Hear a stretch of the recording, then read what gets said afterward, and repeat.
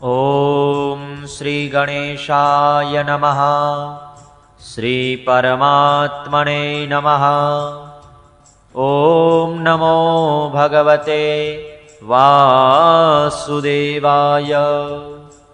नारायणं नमस्कृत्य नरं चैव नरोत्तमं देवीं सरस्वतीं व्यासं ततो जयमुदीरयेत्। श्रीमद्भागवत महापुराण पहलो स्कंद पहलो अध्याय। श्री शुतजी ने शौनकादि ऋषियों प्रश्न मंगलाचरण। जन्माद्यस्य यतोऽन्वयादितरतश्चार्थेष्वभिघ्नः स्वराट् तेने ब्रह्महृदाय आदिकवये मुह्यन्ति यत्सूरयः। तेजो वारिमृदां यथा विनिमयो यत्र त्रिसर्गो मृषा धाम्ना स्वेन सदा निरस्तकुहकं सत्यं परं धीमहि। जेना थकी आ जगतનું સર્જન પાલન અને સંહાર થાય છે અને કારણ કાર્ય રૂપે બધા પદાર્થોમાં અનુગત છે અને પૃથક પણ છે। તે સર્વજ્ઞ છે, સ્વયં પ્રકાશ છે। જેણે પોતાના સંકલ્પથી આદિ કવિ બ્રહ્માને વેદ જ્ઞાનનું દાન આપ્યું છે, જેના વિશે મોટા મોટા વિદ્વાનો પણ મોહિત થઈ જાય છે। જેમ તેજોમય સૂર્યના રશ્મિઓમાં જળનો, જળમાં સ્થળનો અને સ્થળમાં જળનો ભ્રમ થાય છે, તેવી જ રીતે જેમાં આ ત્રિગુણમય સૃષ્ટિ મિથ્યા હોવા છતાં પણ અધિષ્ઠાન સત્તાથી સત્યવત પ્રતીત થઈ રહી છે અને જે પોતાની સ્વયં પ્રકાશ જ્યોતિથી માયા અને તેના કાર્યથી પૂર્ણતઃ મુક્ત છે, એવા પરમ સત્ય પરમાત્માનું અમે ધ્યાન ધરીએ છીએ। મહામુનિ વ્યાસદેવ વડે નિર્મિત આ શ્રીમદ ભાગવત મહાપુરાણમાં મોક્ષ પર્યંત ફળની કામનાથી રહિત પરમ ધર્મનું નિરૂપણ થયું છે। આમાં શુદ્ધ અંતઃકરણના સત્પુરુષોએ જાણવા યોગ્ય એવી વાસ્તવિક જણસ પરમાત્માનું નિરૂપણ થયું છે કે જે જણસ ત્રિવિધ તાપોનો જળમૂળથી નાશ કરનારી અને પરમ કલ્યાણ આપનારી છે। ત્યારે અન્ય કોઈ સાધનનું કે શાસ્ત્રનું શું પ્રયોજન છે? જે સમયે પુણ્યાત્મા પુરુષો આના શ્રવણની ઈચ્છા કરે છે, તે જ સમયે ઈશ્વર વિના વિલંબે તેમના હૃદયમાં આવીને બેસી જાય છે। નિગમકલ્પતરોર્ગલિતમ ફલમ સુખમુખાદમૃતદ્રવ સંયુતમ પિબત ભાગવતમ રસમાલયમ મુહુરહો રસિકા ભુવિ ભાવુકાહ। હે ભગવત રસના રસિક ભાવુક ભક્તજનો, આ શ્રીમદ ભાગવત વેદરૂપી કલ્પવૃક્ષનું પરિપક્વ ફળ છે અને તે શ્રી શુકદેવજીના મુખેથી જરેલા પરમાનંદરૂપી અમૃત રસથી પૂર્ણ છે। તેથી આ ભાગવત રસનું મોક્ષ પર્યંત વારંવાર પાન કરતા રહેવું જોઈએ। કથા પ્રારંભ। નૈમિષે નિમિષ ક્ષેત્રે ઋષયઃ સૌનકાદયઃ સતમ સ્વર્ગાય લોકાય સહસ્રશમમાસત। એકવાર ભગવાન વિષ્ણુ અને દેવતાઓના પરમ પુણ્યમય ક્ષેત્ર નૈમિષારણ્યમાં સૌનકાદિ ઋષિઓએ ભગવત પ્રાપ્તિની ઈચ્છાથી સહસ્ર વર્ષોમાં સંપન્ન થનારા એક મહાન યજ્ઞનું અનુષ્ઠાન કર્યું। એક દિવસ તે ઋષિઓએ પ્રાતઃકાળે અગ્નિહોત્ર વગેરે નિત્ય કર્મોથી પરવારીને સૂતજીનું પૂજન કર્યું અને તેમને ઊંચા આસન પર બેસાડીને ઘણા આદરપૂર્વક આ 6 પ્રશ્નો કર્યા। ઋષિઓએ કહ્યું, હે સૂતજી, તમે નિષ્પાપ છો। તમે સમસ્ત ઇતિહાસ, પુરાણો અને ધર્મશાસ્ત્રોનું વિધિપૂર્વક અધ્યયન કર્યું છે। તમે તેમની સમ્યકપણે વ્યાખ્યા પણ કરી છે। વેદોના જાણનારાઓમાં શ્રેષ્ઠ ભગવાન બાદરાયણે તથા ભગવાનના સગુણ નિર્ગુણ રૂપને જાણનારા અન્ય મુનિઓએ જે કંઈ જાણ્યું છે, તેમને જે વિષયોનું જ્ઞાન છે, તે બધું તમે વાસ્તવિક રૂપમાં જાણો છો। તમારું હૃદય ઘણું સરળ અને શુદ્ધ છે। તેથી તમે તેમની કૃપા અને અનુગ્રહના પાત્ર થયેલા છો. ગુરુજનો પોતાના વહાલા શિષ્યને ગુપ્તમાં ગુપ્ત વાત પણ બતાવી દેતા હોય છે. હે આયુષ્યમાન, તમે કૃપા કરીને એ બતાવો કે તે બધા શાસ્ત્રો, પુરાણો અને ગુરુજનોના ઉપદેશોમાંથી તમે કળિયુગી જીવોના પરમ કલ્યાણ માટે સહજ સાધન તરીકે શું નક્કી કર્યું છે? તમે સંત સમાજના ભૂષણ છો. આ કલયુગમાં ઘણું કરીને લોકોની આવરદા ઓછી થઈ ગઈ છે. સાધન કરવામાં લોકોની રુચિ અને પ્રવૃત્તિ પણ નથી. લોકો પ્રમાદી થઈ ગયા છે. તેમનું ભાગ્ય તો મંદ છે જ, તેમની સમજ પણ થોડી છે. એ સાથે જ તેઓ અનેક પ્રકારના વિઘ્નો, અડચણોથી ઘેરાયેલા પણ રહે છે. શાસ્ત્રો પણ ઘણા છે, તેમજ તેમાં અનેક પ્રકારના કર્મોનું વર્ણન છે. તેમાં સાંભળવાની વાતો પણ બહુ છે. તેથી હે સાધો, આ પાપની બુદ્ધિથી અમને શ્રદ્ધાળુને જે સાર વાત છે તે તારવીને સારી રીતે સંભળાવો, જેથી અમારા અંતઃકરણ શુદ્ધ થાય. હે પ્રિય સુતજી, તમારું કલ્યાણ થાવ. તમે તો જાણો જ છો કે યદુવંશીઓના રક્ષક ભક્તવત્સલ ભગવાન શ્રી કૃષ્ણ વસુદેવની ધર્મપત્ની દેવકીના ગર્ભથી શું કરવાની ઈચ્છાને લીધે અવતર્યા હતા. આથી હે આત્મીય, અમે તે વિષયમાં સાંભળવા ઈચ્છીએ છીએ.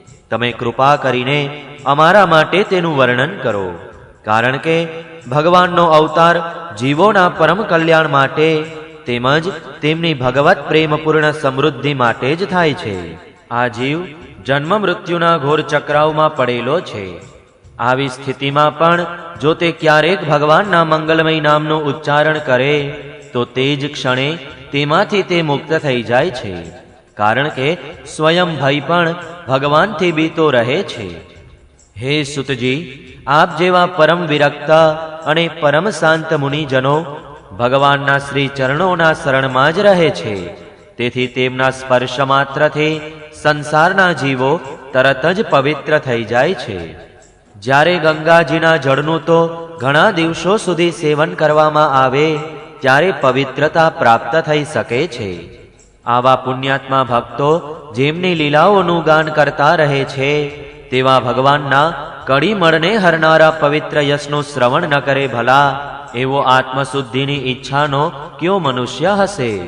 તેઓ લીલાથી જ અવતાર ધારણ કરે છે. નારદ વગેરે મહાત્માઓએ તેમના ઉદાર ચરિત્રોનું ગાન કર્યું છે. તેમનું વર્ણન અમને શ્રદ્ધાળુને કહી સંભળાવો. હે બુદ્ધિમાન સુતજી, સર્વસમર્થ પ્રભુ પોતાની યોગમાયાથી સ્વચ્છંદ લીલા કરે છે. તમે તે શ્રીહરિની મંગલમય અવતાર કથાઓનું હવે વર્ણન કરો. પુણ્ય કીર્તિ ભગવાનની લીલા સાંભળતા અમને ક્યારેય પણ તૃપ્તિ નથી થતી. કારણ કે રસજ્ઞ શ્રોતાઓને ડગલે ને પગલે ભગવાન શ્રી કૃષ્ણની લીલાઓમાં નવા નવા રસનો અનુભવ થાય છે. ભગવાન શ્રી કૃષ્ણે પોતાનું સ્વરૂપ છુપાવીને લોકો સામે એવી ચેષ્ટાઓ કરતા હતા કે જાણે તેઓ કોઈ મનુષ્ય હોય. પરંતુ તેમણે બલરામજી સાથે એવી પણ લીલાઓ કરી છે, એવું પરાક્રમ પણ પ્રગટ કર્યું છે કે જે મનુષ્ય કરી શકતો નથી. કળિયુગને આવેલો જાણીને અમે આ વૈષ્ણવ ક્ષેત્રમાં દીર્ઘકાલીન સત્રનો સંકલ્પ કરી બેઠા છીએ. શ્રી હરિની કથા સાંભળવા માટે અમને પૂરો અવકાશ છે. આ કળિયુગ અંતઃકરણની પવિત્રતા અને શક્તિનો નાશ કરનારો છે. એનો પાર પામવાનું મુશ્કેલ છે. સમુદ્રની પેલે પાર જનારાઓને જેમ કર્ણધાર મળી જાય, તે જ રીતે આનો પાર પામવાની ઈચ્છા રાખનારા એવા અમારી સાથે બ્રહ્માએ તમારો મેળાપ કરાવ્યો છે.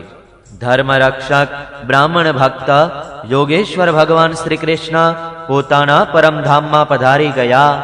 એ પછી ધર્મે હવે કોનું શરણું લીધું છે એ બતાવો. પહેલા સ્કંધ અંતર્ગત નૈમિષીયોપાખ્યાનનો પ્રથમ અધ્યાય સમાપ્ત. જય શ્રી કૃષ્ણ. ઓમ નમો ભગવતે વાસુદેવાય. બીજો અધ્યાય ભગવત કથા અને ભગવત ભક્તિનો મહિમા. શ્રી વ્યાસજી કહે છે, સૌનકાદિ બ્રહ્મવાદી ઋષિઓના આ પ્રશ્નો સાંભળીને રોમહર્ષણના પુત્ર ઉગ્રશ્રવાને ઘણો આનંદ થયો. તેમણે ઋષિઓના આ મંગલમય પ્રશ્નોનું અભિનંદન કરીને કહેવાનું શરૂ કર્યું. શુતજીએ કહ્યું, યમ પ્રવ્રજંતમનુપેતમપેતકૃત્યમ દ્વૈપાયનો વિરહ કાતર આજુહાવ પુત્રેતિ તન્મયતયા તરવોભિનેદુત્સ તમ સર્વભૂતહૃદયં મુનિમાનતોસ્મી. જે સમયે શ્રી શુકદેવજીનો યજ્ઞોપવિત સંસ્કાર પણ થયો ન હતો અને જેમણે કંઈ કરવાનું બાકી પણ નથી, એવા વેગથી જઈ રહેલા સુકદેવજીને જોઈને તેમના પિતા વ્યાસજી વિરહ વ્યાકુળ થઈને પોકારવા લાગ્યા, બેટા બેટા. તે સમયે બ્રહ્મમાં તન્મય હોવાને કારણે શ્રી શુકદેવજી વતીથી વૃક્ષોએ ઉત્તર આપ્યો. એવા સૌના હૃદયમાં વિરાજમાન શ્રી શુકદેવ મુનિને હું નમસ્કાર કરું છું. આ શ્રીમદ ભાગવત અત્યંત ગોપનીય રહસ્યાત્મક પુરાણ છે. ભગવાનના સ્વરૂપનો અનુભવ કરાવનાર અને સમસ્ત વેદોનો સાર છે. સંસારમાં ફસાયેલા જે લોકો આ ઘોર અજ્ઞાનરૂપી અંધકારની પેલે પાર જવા ઈચ્છે છે, તેમના માટે આધ્યાત્મિક તત્વોને પ્રકાશિત કરવાનો આ એક અદ્વિતીય દીપક છે. વાસ્તવમાં એવા જ લોકો પર કરુણા કરીને મોટા મોટા મુનિઓના આચાર્ય શ્રી શુકદેવજીએ આનું વર્ણન કર્યું છે. હું તેમનું શરણું લઉં છું. નારાયણમ નમસ્કૃત્ય નરમ ચૈવ નરોત્તમમ દેવીમ સરસ્વતીમ વ્યાસમ તતો જયમુદીરયેત. મનુષ્યોમાં સર્વશ્રેષ્ઠ ભગવાનના અવતાર નરનારાયણ ઋષિઓને, સરસ્વતી દેવીને અને શ્રી વેદવ્યાસજીને નમસ્કાર કર્યા પછી સંસાર અને અંતઃકરણના સમસ્ત વિકારો પર વિજય પ્રાપ્ત કરાવનારા આ શ્રીમદ ભાગવત મહાપુરાણનો પાઠ કરવો જોઈએ. હે ઋષિજનો, સમસ્ત વિશ્વના કલ્યાણ માટે તમે આ બહુ સુંદર પ્રશ્ન કર્યો છે, કારણ કે આ પ્રશ્ન શ્રી કૃષ્ણ વિશે છે અને એનાથી સમ્યકપણે આત્મશુદ્ધિ થઈ જાય છે. મનુષ્યો માટે સર્વશ્રેષ્ઠ ધર્મ તે જ છે કે જેનાથી ભગવાન શ્રી કૃષ્ણમાં ભક્તિ થાય. ભક્તિ પણ એવી કે જેમાં કોઈ પણ પ્રકારની કામના ન હોય અને જે નિત્ય નિરંતર થતી રહે. આવી ભક્તિથી હૃદય આનંદ સ્વરૂપ પરમાત્માને પ્રાપ્ત કરીને કૃતકૃત્ય થઈ જાય છે. ભગવાન શ્રી કૃષ્ણમાં ભક્તિ થતાં જ અનન્ય પ્રેમથી એમનામાં ચિત્ત પુરવતા જ નિષ્કામ જ્ઞાન અને વૈરાગ્યનો આવિર્ભાવ થાય છે. ધર્મનું બરાબર અનુષ્ઠાન કરવા છતાંય જો મનુષ્યના હૃદયમાં ભગવાનની લીલા કથાઓ પ્રત્યે અનુરાગ ન ઉપજે તો તે નર્યો શ્રમ જ શ્રમ છે. મોક્ષ આપનારા ધર્મનું આચરણ અર્થ પ્રાપ્તિ કરવા માટે નહીં, અર્થાત ધર્મનું આચરણ નિષ્કામ ભાવે ભગવત પ્રીત્યર્થે થવું જોઈએ.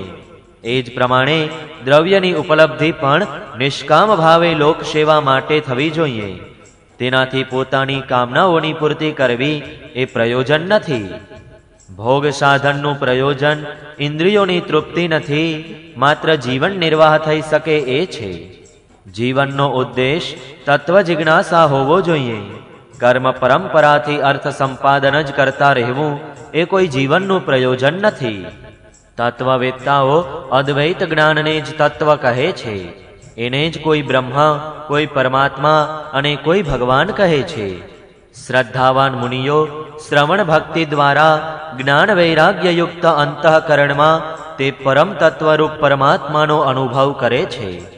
આથી હે શૌનકાદિ ઋષિઓ, મનુષ્ય પોતપોતાના વર્ણ આશ્રમ અનુસાર સારી રીતે સ્વધર્મનું આચરણ કરવું જોઈએ, જેથી ભગવાન પ્રસન્ન થઈ જાય.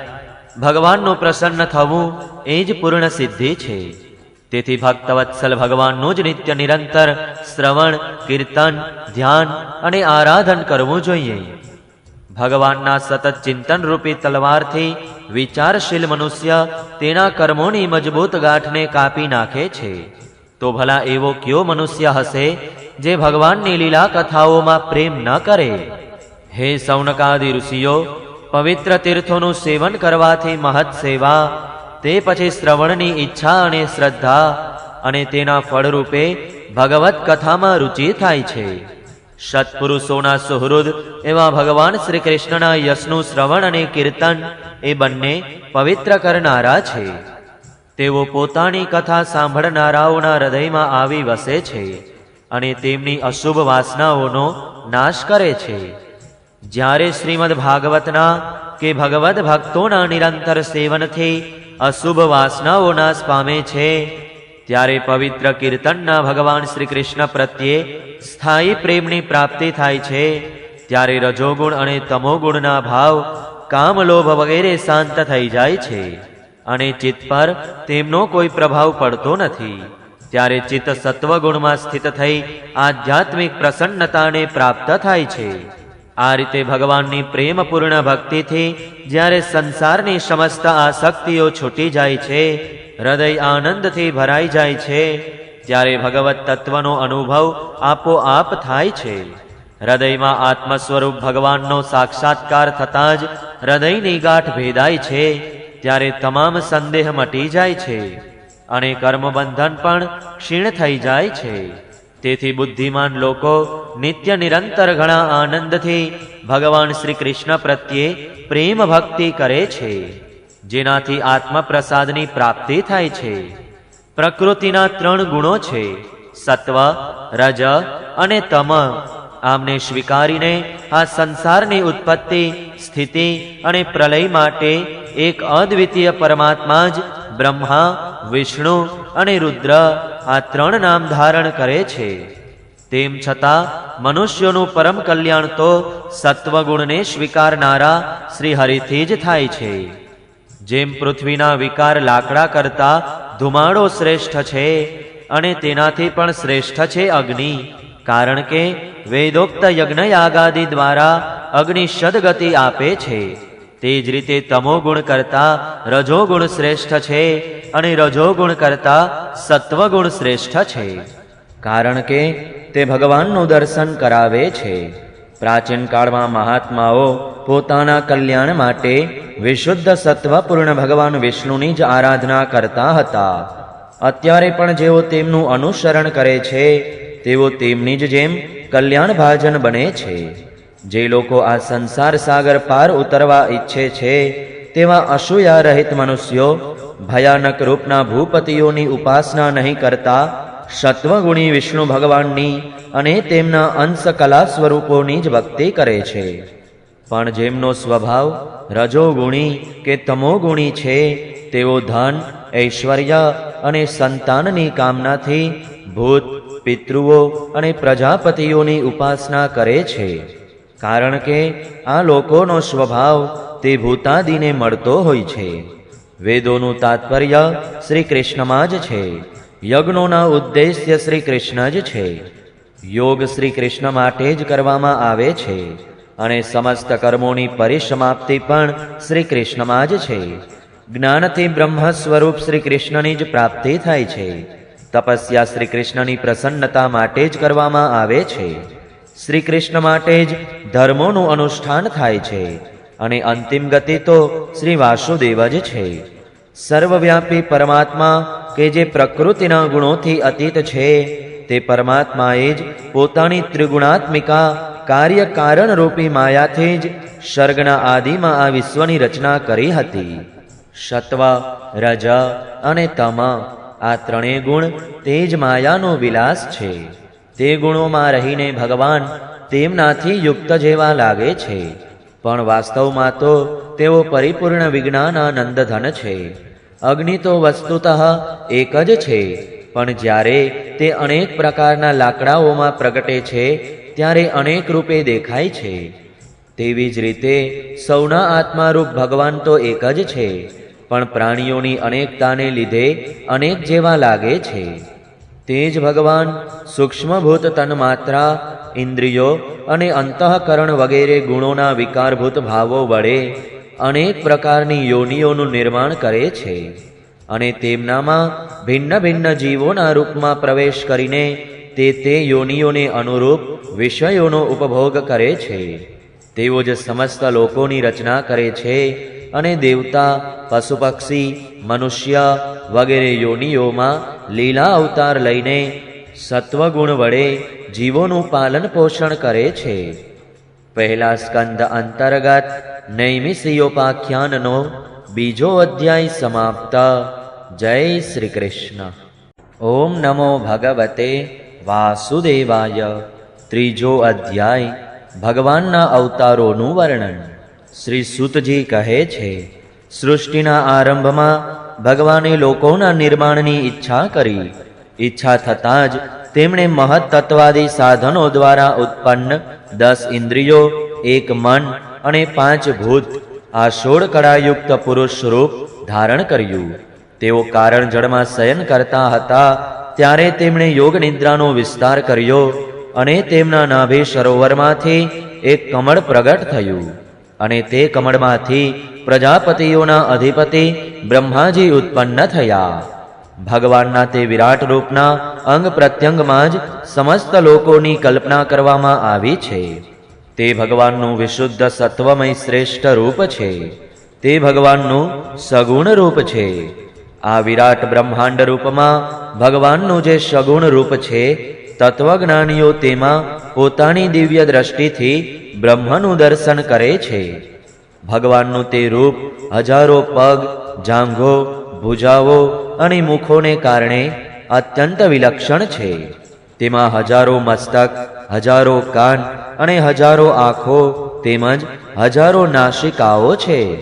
હજારો મુગટ, વસ્ત્રો અને કુંડળ વગેરે આભૂષણોથી તે ઉલ્લસિત છે.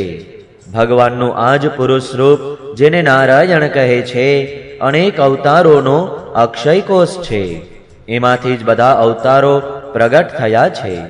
આ રૂપના નાનામાં નાના અંશથી દેવતા, પશુ પક્ષી, મનુષ્ય વગેરે યોનિઓની સૃષ્ટિ બને છે.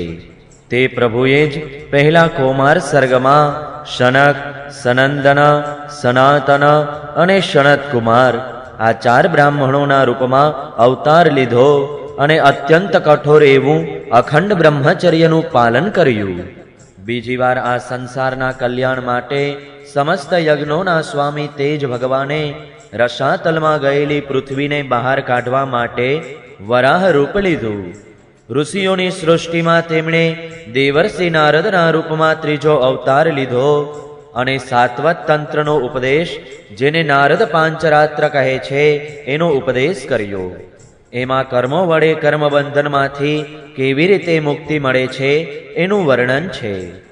ધર્મપત્ની મૂર્તિના ગર્ભથી તેમણે નરનારાયણ રૂપે ચોથો અવતાર લીધો. આ અવતારમાં તેમણે ઋષિ બનીને મન અને ઇન્દ્રિયોનો સર્વથા સંયમ કરીને ઘણી જ કઠણ તપસ્યા કરી. 5મા અવતારમાં તેઓ સિદ્ધોના સ્વામી કપિલના રૂપમાં પ્રગટ થયા અને તત્વ નિર્ણય કરનારા સાંખ્ય શાસ્ત્ર કે જે સમય પરિવર્તનને લીધે લુપ્ત થઈ ગયું હતું તેનો આસુરી નામના બ્રાહ્મણને ઉપદેશ કર્યો. અનસુયાએ વરદાન માગવાથી 6ઠ્ઠા અવતારમાં તેઓ અત્રિપુત્ર દત્તાત્રેય થયા. આ અવતારમાં તેમણે અલર્ક, પ્રહલાદ વગેરેને બ્રહ્મજ્ઞાનનો ઉપદેશ કર્યો. 7મી વાર રુચિ પ્રજાપતિની આકુતિ નામની પત્નીથી તેમણે યજ્ઞ રૂપે અવતાર લીધો અને પોતાના પુત્ર યામ વગેરે દેવતાઓ સાથે સ્વયંભુવ મન્વંતરનું રક્ષણ કર્યું. રાજા નાભીની પત્ની મેરુદેવીના ગર્ભથી વૃષભદેવના રૂપમાં ભગવાને 8મો અવતાર લીધો. આ રૂપમાં તેમણે પરમહંસોનો માર્ગ કે જે બધા જ આશ્રમો માટે વંદનીય છે તે બતાવ્યું. ઋષિઓની પ્રાર્થનાથી તેઓ 9મી વાર રાજા પૃથુ રૂપે અવતીર્ણ થયા. હે સૌનકાદિ ઋષિઓ, આ અવતારમાં તેમણે પૃથ્વીમાંથી સમસ્ત ઔષધિઓનું દોહન કર્યું. તેથી આ અવતાર સૌ માટે ઘણો જ કલ્યાણકારી થયો. ચાક્ષુષ મન્વંતરના અંતે જ્યારે સઘળું ત્રિલોક સમુદ્રમાં ડૂબી રહ્યું હતું ત્યારે તેમણે મત્સ્ય રૂપે 10મો અવતાર લીધો અને પૃથ્વીરૂપી નૌકા પર બેસાડીને આગલા મન્વંતરના અધિપતિ વૈવસ્વત મનુનું રક્ષણ કર્યું. જે સમયે દેવો અને દૈત્યો સમુદ્ર મંથન કરી રહ્યા હતા તે સમયે 11મો અવતાર ધારણ કરીને ભગવાને કચ્છપ રૂપે મંદ્રાચળને પોતાની પીઠ પર ધારણ કર્યો.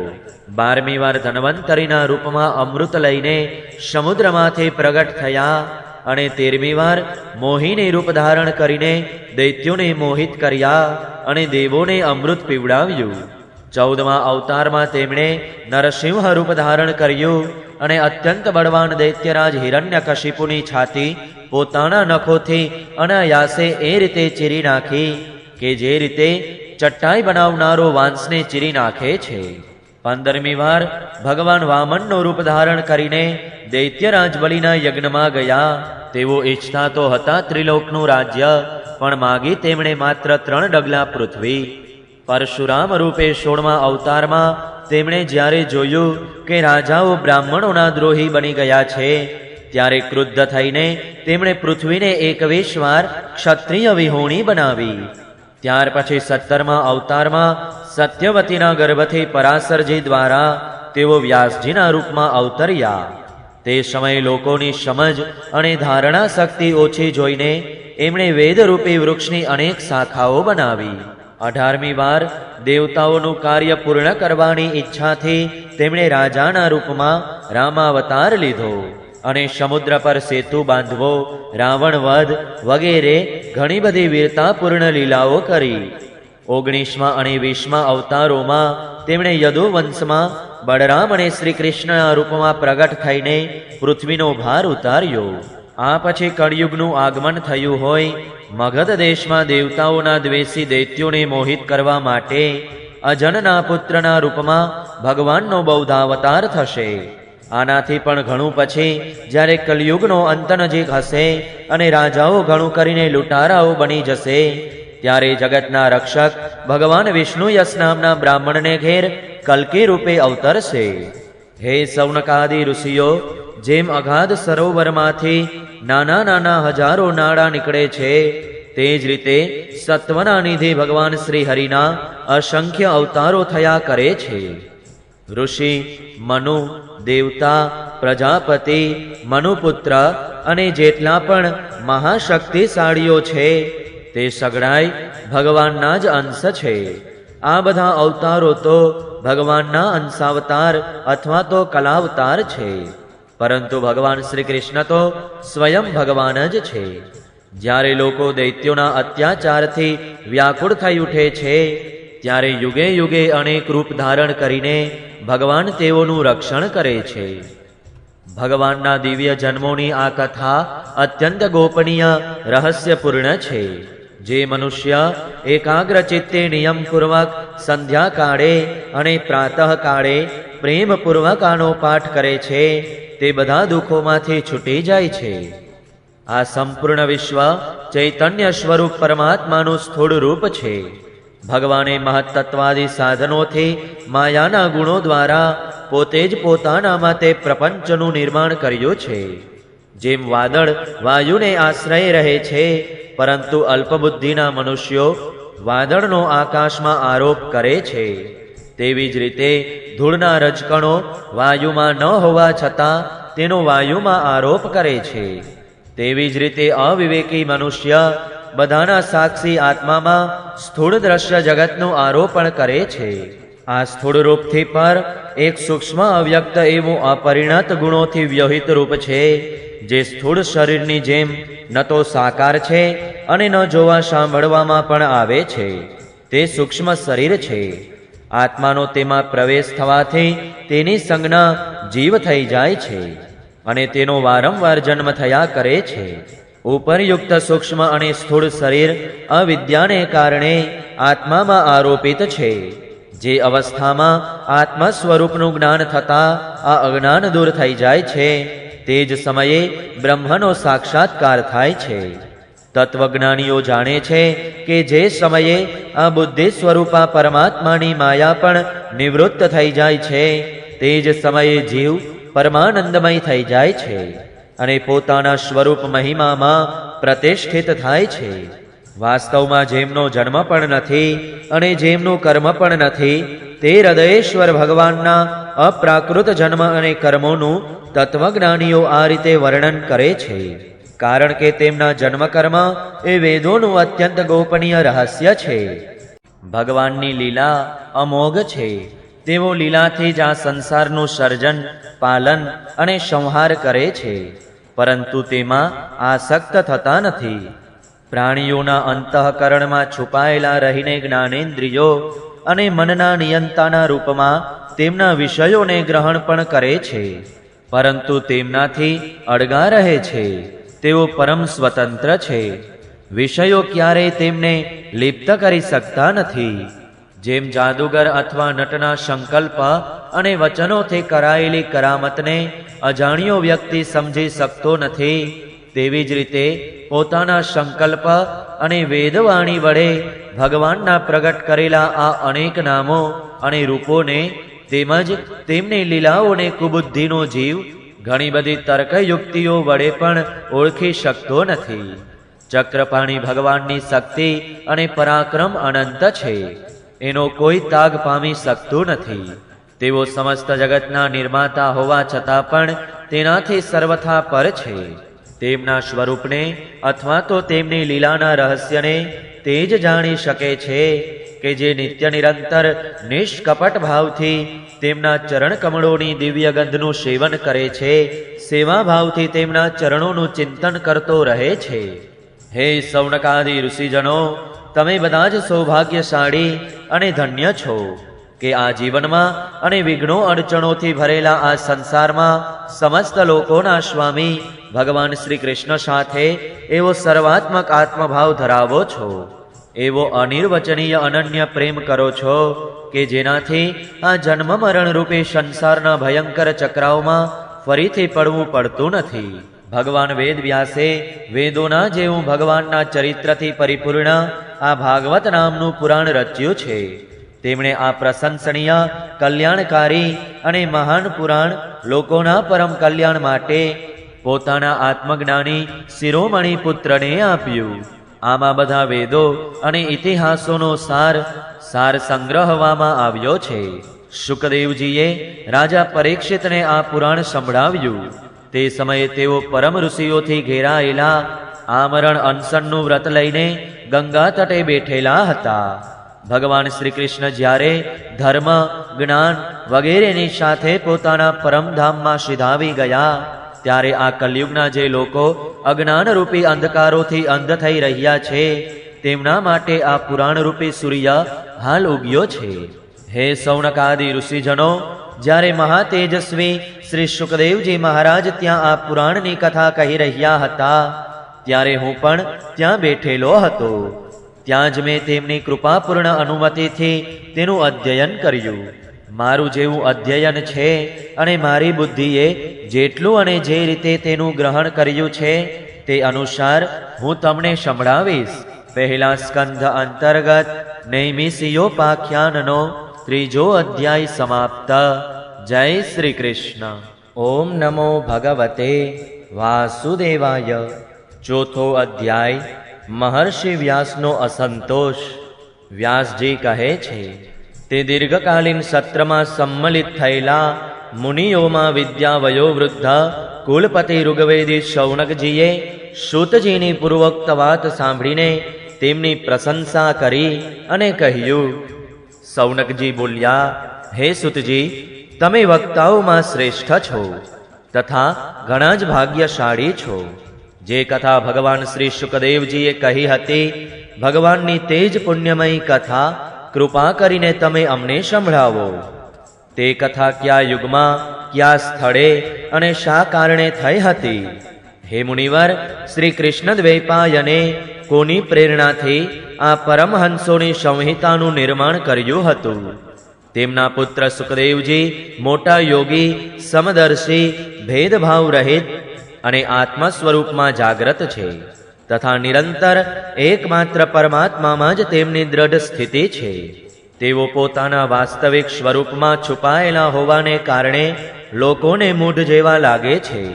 વનમાં જતા પોતાના પુત્રની પાછળ જ્યારે વ્યાસ મુનિ જઈ રહ્યા હતા, ત્યારે જળ સ્નાન કરતી સ્ત્રીઓએ નગ્ન સુખદેવજીને જોઈને તો વસ્ત્રો ન પહેર્યા, પણ વસ્ત્રો પહેરેલા વ્યાસજીને જોઈને લજવાઈને વસ્ત્રો પહેર્યા હતા. આ આશ્ચર્ય જોઈને વ્યાસજીએ તેનું કારણ પૂછ્યું. ત્યારે તે સ્ત્રીઓએ ઉત્તર આપ્યો કે તમારી દ્રષ્ટિમાં તો હજી સ્ત્રી પુરુષનો ભેદ છે, પણ તમારા પુત્રની શુદ્ધ દ્રષ્ટિમાં એ ભેદ નથી. કુરુજાંગલ દેશમાં પહોંચીને ગાંડા, ગુંગા અને જળ જેવું વિચરણ કરતા સુખદેવજીને હસ્તિનાપુરના નગરવાસીઓએ કેવી રીતે ઓળખ્યા? પાંડવનંદન રાજર્ષિ પરીક્ષિતનો આ મૌની સુખદેવજીની સાથે સંવાદ કેવી રીતે થયો કે જેમાં આ ભાગવત સંહિતાની કથા તેમણે કહી. મહાભાગ શ્રી સુખદેવજી તો ગૃહસ્થોના ઘરોને તીર્થ સ્વરૂપ બનાવી દેવા માટે એટલી જ વાર તેમના દરવાજે પ્રતીક્ષા કરે છે કે જેટલી વારમાં એક ગાય દોહવામાં આવે છે. હે સુતજી, અમે સાંભળ્યું છે કે અભિમન્યુ સુત પરીક્ષિત ભગવાનના મોટા પ્રેમી ભક્ત હતા. તેમના અત્યંત આશ્ચર્યપૂર્ણ જન્મનું અને કર્મોનું પણ વર્ણન કરો. તેઓ તો પાંડવ વંશના ગૌરવ વધારનારા સમ્રાટ હતા. તેઓ ભલા શા કારણે સામ્રાજ્ય લક્ષ્મીનો પરિત્યાગ કરીને ગંગા તટે મૃત્યુ પર્યંત અનશનનું વ્રત લઈને બેઠા હતા? શત્રુઓ પણ પોતાના કલ્યાણ માટે ઘણું બધું ધન લાવીને તેમના ચરણો મૂકવાની પીઠિકાને નમસ્કાર કરતા હતા. તે વીર પુરુષે યુવાન હોવા છતાં છોડવી આકરી એવી રાજલક્ષ્મીનો અને પોતાના પ્રાણોનો ત્યાગ કરવાની શા માટે ઈચ્છા કરી? જે લોકોનું જીવન ભગવાનને આશ્રિત છે તેઓ તો સંસારના પરમ કલ્યાણ માટે, અભ્યુદય અને સમૃદ્ધિ માટે જ જીવન ધારણ કરે છે. એમાં તેમનો પોતાનો કોઈ સ્વાર્થ હોતો નથી. તેમનું શરીર તો બીજાઓના હિત માટે હતું. તેમણે વિરક્ત થઈને તેનો ત્યાગ શા માટે કર્યો? વેદવાણી સિવાય અન્ય સમસ્ત શાસ્ત્રોના તમે પારદર્શી વિદ્વાન છો. હે સુતજી, તેથી અત્યારે અમે તમને જે કંઈ પૂછ્યું છે તે બધું કૃપા કરીને અમને કહી સંભળાવો. ત્યારે સુતજીએ કહ્યું, આ સાંપ્રત 4 યુગો પૈકીના ત્રીજા દ્વાપર યુગમાં મહર્ષિ પરાશરથી વસુપુત્રી સત્યવતીના ગર્ભથી ભગવાનના કલા અવતાર યોગીરાજ વ્યાસજીનો જન્મ થયો. એક દિવસ સૂર્યોદય સમયે તેઓ સરસ્વતીના પવિત્ર જળમાં સ્નાન કરીને એકાંત સ્થળે બેઠા હતા. મહર્ષિ વેદવ્યાસજી ભગવાનના સગુણ અને નિર્ગુણ તત્વના જ્ઞાતા હતા. તેમની દ્રષ્ટિ અચૂક હતી. તેમણે જોયું કે જેને લોકો જાણવા પામતા નથી તે સમય પલટાને લીધે પ્રત્યેક યુગમાં ધર્મ સંકરતા આવે છે અને તેના પ્રભાવથી ભૌતિક વસ્તુઓની શક્તિનો પણ હ્રાસ થાય છે. સંસારના લોકો શ્રદ્ધાહીન અને ભક્તિ વિહોણા થઈ જાય છે. તેમની બુદ્ધિ કર્તવ્યોનો યથાયોગ્ય નિર્ણય લઈ શકતી નથી અને આયુષ્ય પણ ઓછું થઈ જાય છે. લોકોનું આ દુર્ભાગ્ય જોઈને તે મુનીશ્વરે પોતાની દિવ્ય દ્રષ્ટિથી સમસ્ત વર્ણો અને આશ્રમોનું હિત કેમ થાય એનો વિચાર કર્યો. તેમણે વિચાર્યું કે વેદોક્ત ચાતુર્હોત્ર કર્મ લોકોના હૃદય શુદ્ધ કરનારું છે.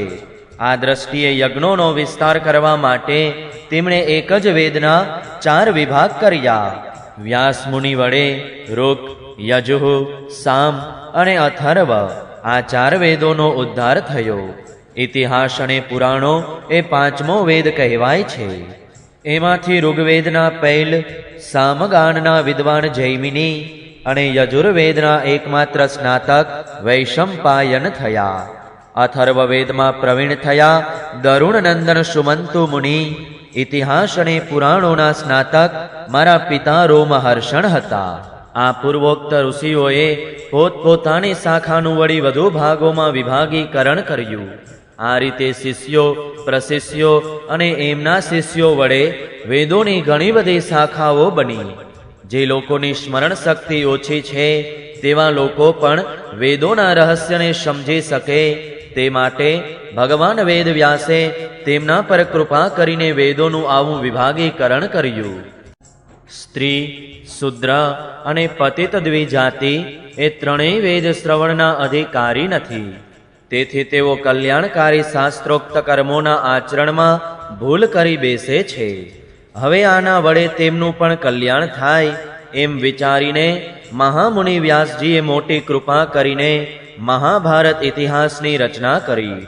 હે સૌનકાદિ ઋષિઓ, જો કે વ્યાસજી આ રીતે પોતાની પૂરી શક્તિથી સદાય જીવોના કલ્યાણમાં જ રત રહ્યા, છતાં પણ તેમના હૃદયમાં સંતોષ થયો નહીં. આ પ્રમાણે તેઓ કંઈક ખિન્ન મને સરસ્વતી નદીના પવિત્ર તટ પર એકાંતમાં બેસીને મનોમન વિચાર કરતા આમ કહેવા લાગ્યા. મેં નિષ્કટ ભાવે બ્રહ્મચર્ય વગેરે વ્રતોનું પાલન કરતા કરતા વેદો, ગુરુજનો અને અગ્નિઓનું સન્માન કર્યું છે તથા તેમની આજ્ઞાઓનું પાલન કર્યું છે. મહાભારતની રચનાના નિમિત્તે મેં વેદોનો અર્થ પ્રગટ કરી આપ્યો છે, જેનાથી સ્ત્રીઓ, શૂદ્રો વગેરે પણ પોતપોતાના ધર્મ કર્મનું જ્ઞાન મેળવી શકે છે. જો કે હું બ્રહ્મ તેજથી સંપન્ન છું, સમર્થ છું, તેમ છતાં મારા દેહમાં રહેલા આત્માનો પરમાત્મા સાથે યોગ નહીં થયો હોય એવું લાગે છે. અવશ્ય મેં હજી સુધી ભગવત પ્રાપ્તિ કરાવનારા ધર્મોનું નિરૂપણ ઘણું કરીને કર્યું નથી કે જે ધર્મો પરમહંસોને પ્રિય છે અને ભગવાનને પણ પ્રિય છે. લાગે છે કે મારી અપૂર્ણતાનું આ જ કારણ છે. શ્રી કૃષ્ણ દ્વૈપાયન વ્યાસજી જ્યારે આ રીતે પોતાને અપૂર્ણ માનીને ખિન્ન બન્યા હતા, તે જ સમયે વ્યાસાશ્રમમાં નારદજી પધાર્યા. તેમને આવેલા જોઈને વ્યાસજી તરત જ ઊભા થઈ ગયા અને દેવો વડે સમ્માનિત દેવર્ષિ નારદજીની વિધિપૂર્વક તેમણે પૂજા કરી. પહેલા સ્કંદ અંતર્ગત નૈમિષિયોપાખ્યાનનો ચોથો અધ્યાય સમાપ્ત. જય શ્રી કૃષ્ણ. ઓમ નમો ભગવતે વાસુદેવાય. પાંચમો અધ્યાય ભગવાનના યશ કીર્તનનો મહિમા અને દેવર્ષિ નારદનું પૂર્વચરિત્ર. શુતજી કહે છે, ત્યારબાદ સુખેથી બેઠેલા વીણાપાણી પરમ યશસ્વી દેવર્ષિ નારદે પોતાની પાસે જ બેઠેલા બ્રહ્મર્ષિ વ્યાસજીને સ્મિતપૂર્વક કહ્યું. નારદજીએ પૂછ્યું, હે મહાભાગ વ્યાસજી, તમારું શરીર અને મન બંને અંતઃકરણની દ્રષ્ટિએ સંતુષ્ટ તો છે ને? આપે જે કાર્ય કરવાનો નિશ્ચય કર્યો હતો તે સમ્યકપણે સંપન્ન થઈ ગયું છે, કારણ કે તમે આ મહાભારતની જે રચના કરી છે તે ઘણી જ અદ્ભુત છે. તે ધર્મ વગેરે બધા જ પુરુષાર્થોથી પરિપૂર્ણ છે. સનાતન બ્રહ્મ તત્વ વિશે પણ તમે ખૂબ વિચાર્યું છે અને જાણી પણ લીધું છે. તેમ છતાં હે પ્રભુ, તમે કૃતાર્થ થયા હો એવું લાગતું નથી. આપની આવી શોકપૂર્ણ સ્થિતિ જોઈને એવું લાગે છે કે આપને હજી પણ કંઈક કરવાનું શેષ છે. ત્યારે વ્યાસજીએ કહ્યું, તમે મારા વિશે જે કંઈ કહ્યું તે બધું બરાબર જ છે. મારું હૃદય હજી પણ સંતુષ્ટ નથી. એનું શું કારણ છે એની ખબર નથી. તમારું જ્ઞાન અગાધ છે. તમે સાક્ષાત બ્રહ્માજીના માનસ પુત્ર છો. તેથી તમને જ હું આનું કારણ પૂછું છું. હે નારદજી, તમે સમસ્ત ગોપનીય રહસ્ય જાણો છો, કારણ કે તમે તે પુરાણ પુરુષની ઉપાસના કરી છે કે જેઓ પ્રકૃતિ અને પુરુષ બંનેના સ્વામી છે અને અસંગ રહેવા છતાં પણ પોતાના સંકલ્પ માત્રથી ગુણો વડે સંસારના સર્જન, સ્થિતિ અને પ્રલય કરતા રહે છે. તમે સૂર્યની જેમ ત્રણેય લોકમાં વિચરણ કરતા રહો છો અને યોગ બળે પ્રાણવાયુની જેમ સૌની ભીતર રહેવાથી અંતઃકરણોના સાક્ષી પણ છો. પરબ્રહ્મ અને શબ્દ બ્રહ્મ એ બંનેમાં મારું જ્ઞાન પૂર્ણ છે.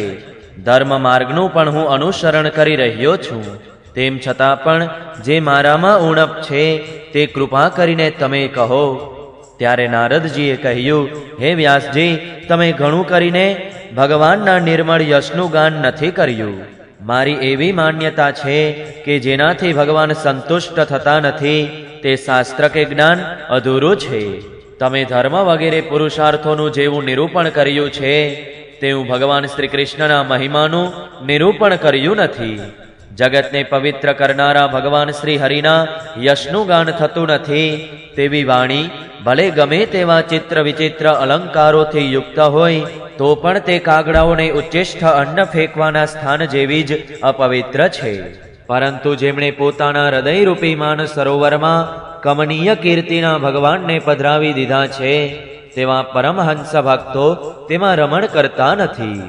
તે વાણી કે જેમાં સુંદર રચના ભલે ન હોય, પરંતુ જેનો પ્રત્યેક શ્લોક ભગવાનના સુયશ સૂચક નામોથી યુક્ત હોય, તેવી વાણી લોકોના તમામ પાપોનો નાશ કરે છે.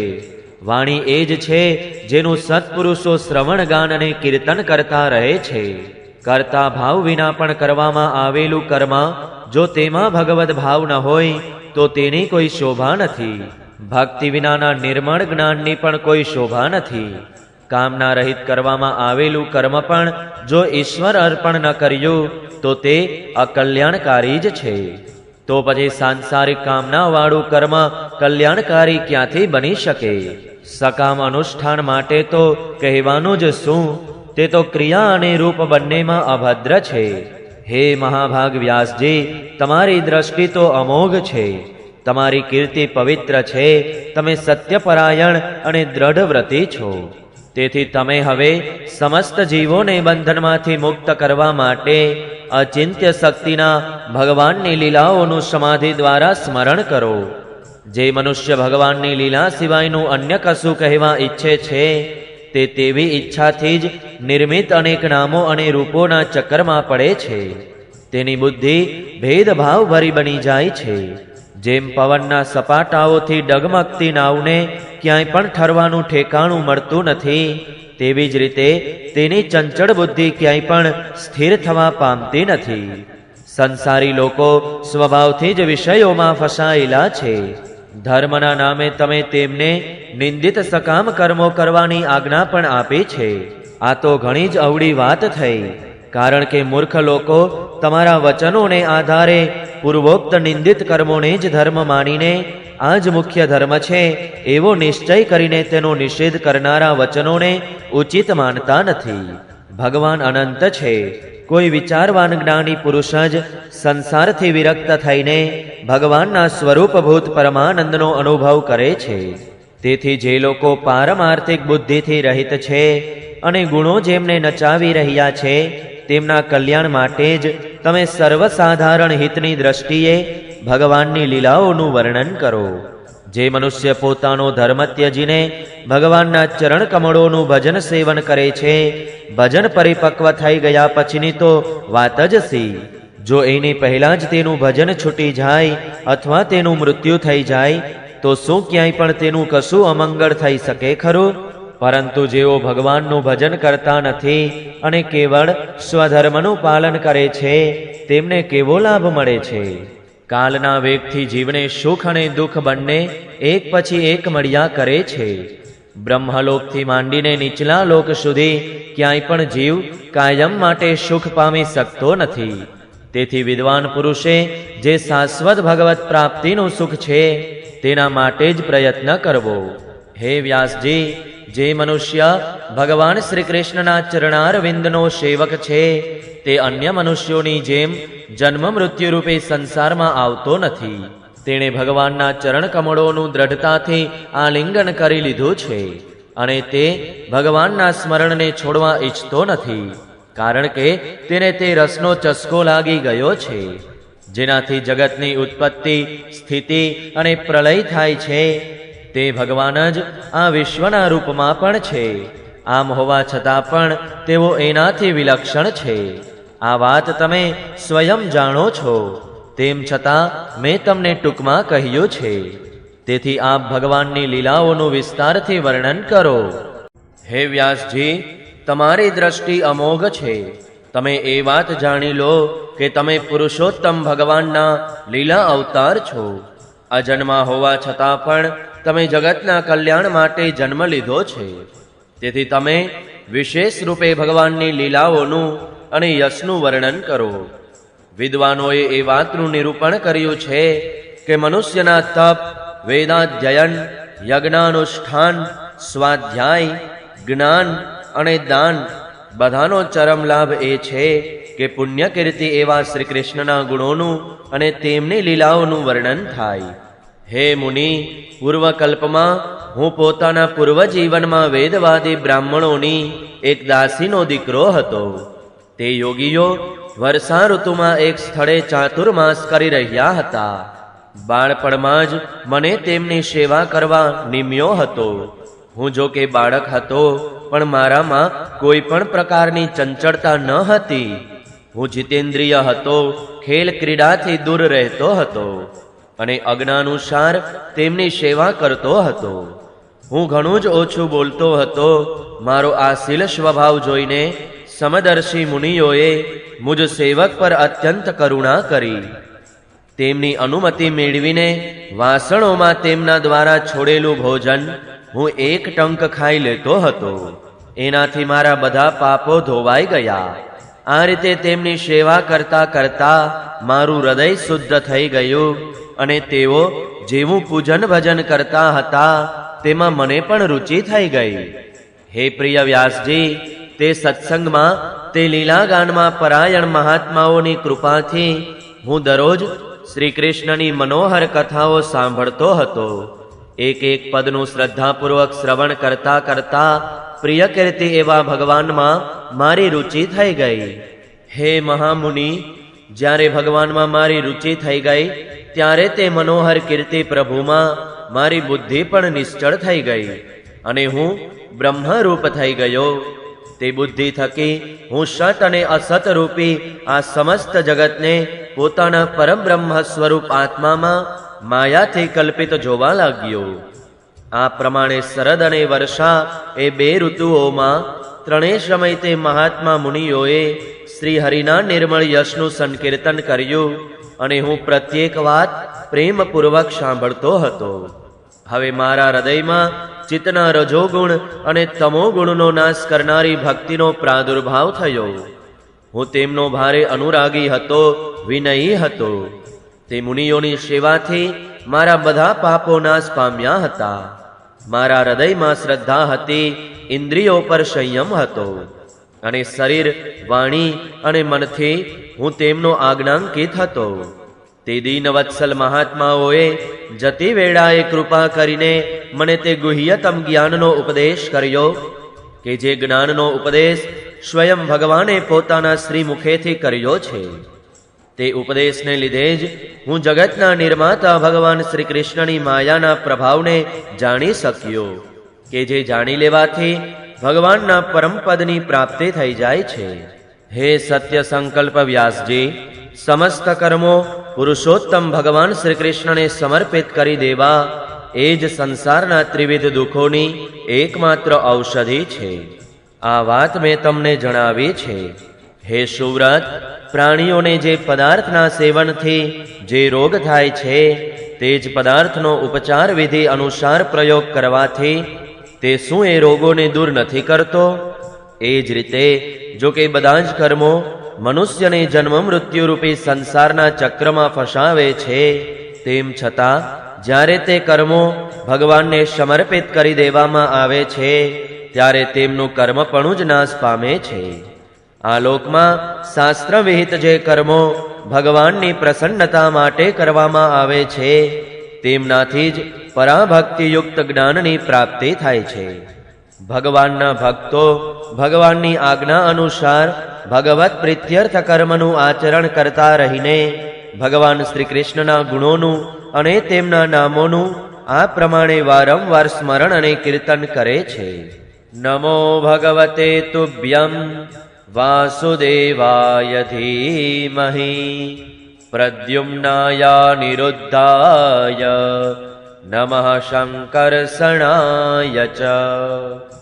હે પ્રભુ, આપને ભગવાન શ્રી વાસુદેવને નમસ્કાર છે. અમે આપનું ધ્યાન કરીએ છીએ. પ્રદ્યુમ્ન, અનિરુદ્ધ અને શંકરષણને પણ નમસ્કાર છે. આ ચતુર્વ્યૂહરૂપી ભગવાનની મૂર્તિઓ જે પ્રાકૃત શરીરથી રહિત છે એવા યજ્ઞ પુરુષ ભગવાનનું જે મનુષ્ય પૂજન કરે છે તેનું જ જ્ઞાન પૂર્ણ અને યથાર્થ છે. હે બ્રહ્મણ, જ્યારે મેં ભગવાનની આજ્ઞાનું આ રીતે પાલન કર્યું ત્યારે આ વાત જાણીને ભગવાન શ્રી કૃષ્ણે મને આત્મજ્ઞાન, ઐશ્વર્ય અને પોતાની ભાવરૂપ પ્રેમા ભક્તિનું દાન કર્યું. હે વ્યાસજી, તમારું જ્ઞાન વિપુલ છે. તમે ભગવાનની જ કીર્તિનું, તેમની પ્રસિદ્ધ પ્રેમપૂર્ણ લીલાઓનું વર્ણન કરો. તેનાથી મોટા મોટા જ્ઞાનીઓની પણ જિજ્ઞાસા પૂર્ણ થાય છે. જે લોકોને દુઃખો વારંવાર સતાવતા રહે છે, તેમના દુઃખોના શમનનો આ જ ઉપાય છે, અન્ય કોઈ ઉપાય નથી. પહેલા સ્કંદ અંતર્ગત વ્યાસ નારદ સંવાદનો 5મો અધ્યાય સમાપ્ત. જય શ્રી કૃષ્ણ. ઓમ નમો ભગવતે વાસુદેવાય. 6ઠ્ઠો અધ્યાય નારદજીના પૂર્વ ચરિત્રનો શેષ ભાગ. શ્રી સુતજી કહે છે, હે સૌનકજી, દેવર્ષિ નારદના જન્મની અને સાધનાની વાત સાંભળીને સત્યવતી નંદન ભગવાન વ્યાસજીએ તેમને ફરીથી આ પ્રશ્ન પૂછ્યો. શ્રી વ્યાસજીએ પૂછ્યું, હે નારદજી, તમને જ્ઞાનનો ઉપદેશ કરનારા મહાત્માઓ જ્યારે ચાલ્યા ગયા ત્યારે તમે શું કર્યું? તે સમયે તો તમારી ઉંમર ઘણી નાની હતી. હે સ્વયંભુવા, તમારી શેષ આવરદા કેવી રીતે વીતી અને મૃત્યુ વેળાએ તમે કઈ વિધિથી પોતાનો દેહ ત્યાગ કર્યો? હે દેવર્ષિ, કાળ તો બધી જ વસ્તુઓનો નાશ કરે છે, તો પછી તેણે તમારી પૂર્વ કલ્પનાની આ સ્મૃતિનો નાશ કેમ ન કર્યો? વ્યાસ મુનિની આ વાત સાંભળીને નારદજી કહેવા લાગ્યા, મને જ્ઞાનોપદેશ કરનારા મહાત્માઓ જ્યારે ચાલ્યા ગયા તે પછી મેં આ રીતે પોતાનું જીવન વિતાવ્યું. જો કે તે સમયે મારી ઉંમર ઘણી નાની હતી. હું પોતાની માતાનો એક જ દીકરો હતો. એક તો તે સ્ત્રી હતી, બીજું તે મૂઢ હતી અને ત્રીજું તે દાસી હતી. મારે પણ એના સિવાય અન્ય કોઈ સહારો ન હતો. મારી માતા મારા પર ખૂબ જ પ્રેમ રાખતી હતી. તે મારા યોગક્ષેમની ચિંતા તો ઘણી કરતી હતી, પણ પરાધીન હોવાને કારણે કશું કરી શકતી ન હતી. જેમ કઠપુતળી નચાવનારની ઈચ્છા મુજબ નાચે છે, તે જ રીતે આ સઘળો સંસાર ઈશ્વરને આધીન છે. હું પણ મારી માતાના સ્નેહબંધનમાં બંધાઈને તે બ્રાહ્મણ વસ્તીમાં જ રહ્યો. મારી ઉંમર માત્ર 5 વર્ષની જ હતી. મને દિશા, દેશ અને કાળ વિશે કશું જ જ્ઞાન ન હતું. એક દિવસની વાત છે, મારી મા ગાય દોહવા માટે રાતના સમયે ઘરની બહાર નીકળી. રસ્તામાં તેના પગે સાપનો સ્પર્શ થયો. તેણે તે બિચારીને દંશ દીધો. તે સાપનો શો દોષ? કાળનું એવું જ વિધાન હતું. મેં માન્યું કે ભક્તોનું મંગળ ઈચ્છનારા ભગવાનનો આ પણ એક અનુગ્રહ જ છે. ત્યાર પછી હું ઉત્તર દિશા તરફ ચાલી નીકળ્યો. તે તરફ રસ્તામાં મને અનેકાનેક ધનધાન્ય સંપન્ન દેશો, નગરો, ગામો, ભરવાડોની રઝળતી વસ્તીઓ, ખાણો, ખીણો, નદીઓ અને પર્વતોની તળેટીઓ, વાડીઓ, વન, ઉપવનો અને રંગબેરંગી ધાતુઓથી યુક્ત વિચિત્ર પર્વતો જોવા મળ્યા. ક્યાંક ક્યાંક જંગલી વૃક્ષો હતા, જેમની મોટી મોટી શાખાઓને હાથીઓએ તોડી નાખેલી હતી. શીતળ જળથી ભરેલા જળાશયો હતા, જેમાં દેવતાઓને ખપ લાગતા કમળ હતા.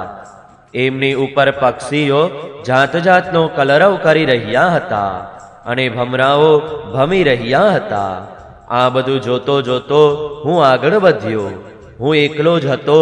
આટલી લાંબી વાટ કાપ્યા પછી મેં એક ભયંકર ગાઢ જંગલ જોયું. તેમાં નરકટ, વેણુ, સરસ્તબ, કુશ અને મોટા મોટા વાંસ તેમજ ગુફાઓ હતી. તેની લંબાઈ પહોળાઈ પણ ઘણી જ હતી અને તેમાં સાપ, ઘુવડ, શિયાળ વગેરે ભયંકર જીવો રહેતા હતા. તે જોવામાં ઘણું ભયાનક લાગતું હતું. ચાલતા ચાલતા મારું શરીર અને ઇન્દ્રિયો શિથિલ થઈ ગયા. હું ખૂબ ભૂખ્યો તરસ્યો હતો. ત્યાં એક નદી જોવા મળી. તેમાં મેં સ્નાન, જળપાન અને આચમન કર્યું. તેથી મારો થાક ઉતરી ગયો. તે નિર્જન વનમાં એક પીપળા નીચે આસન લગાવી હું બેસી ગયો. પેલા મહાત્માઓ પાસેથી જેવું મેં સાંભળ્યું હતું, હૃદયમાં રહેનારા પરમાત્માના તેજ સ્વરૂપનું હું મનોમન ધ્યાન કરવા માંડ્યો. ભક્તિભાવથી વશ કરેલા ચિત્ત વડે ભગવાનના ચરણ કમળોનું ધ્યાન કરતા જ ભગવત પ્રાપ્તિની ઉત્કટ લાલસાથી મારી આંખોમાં આંસુ ભરાઈ આવ્યા અને ધીરે ધીરે હૃદયમાં ભગવાન પ્રગટ થયા. હે વ્યાસજી, તે સમયે પ્રેમ ભાવની અધિકતાથી મારા રોમે રોમ પુલકિત થઈ ઉઠ્યા. હૃદયમાં અત્યંત આનંદ થયો. તે આનંદના પૂરમાં હું એવો ડૂબી ગયો કે મને પોતાનું અને ધ્યેય વસ્તુનું જરાય ભાન ન રહ્યું અને મારી પરમાત્મામાં એકાકાર વૃત્તિ થઈ ગઈ. ભગવાનનું તે અનિર્વચનીય રૂપ સમસ્ત શોકોનો નાશ કરનારું અને મનને અત્યંત લોભાવનારું હતું. ઓચિંતા તેને જોતા જ હું અત્યંત વ્યાકુળ થઈ ગયો અને શૂન્ય મસ્તક જેવો થઈને આસન પરથી ઊભો થઈ ગયો. મેં ફરી તે સ્વરૂપનું દર્શન કરવા ઈચ્છ્યું, પરંતુ મનને હૃદયમાં સમાહિત કરીને દર્શન કરવાની વારંવાર કોશિશ કરવા છતાં પણ હું તેને ફરી જોઈ ન શક્યો. હું અતૃપ્તની જેમ આતુર બની ગયો.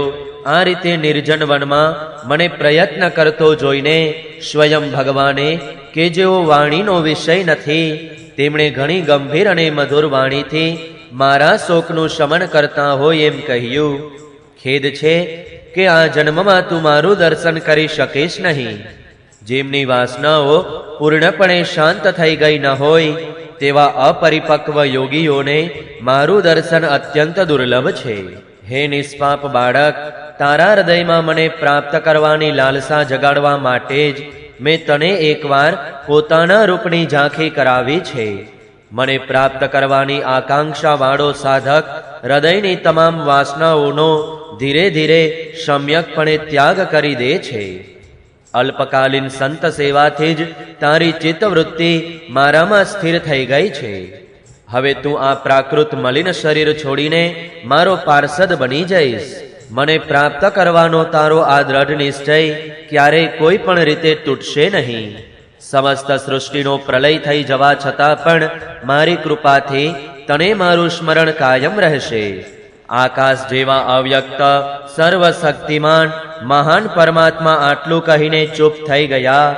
તેમની આ કૃપાનો અનુભવ કરીને મેં તે શ્રેષ્ઠો કરતાં પણ શ્રેષ્ઠતર ભગવાનને મસ્તક નમાવીને પ્રણામ કર્યા.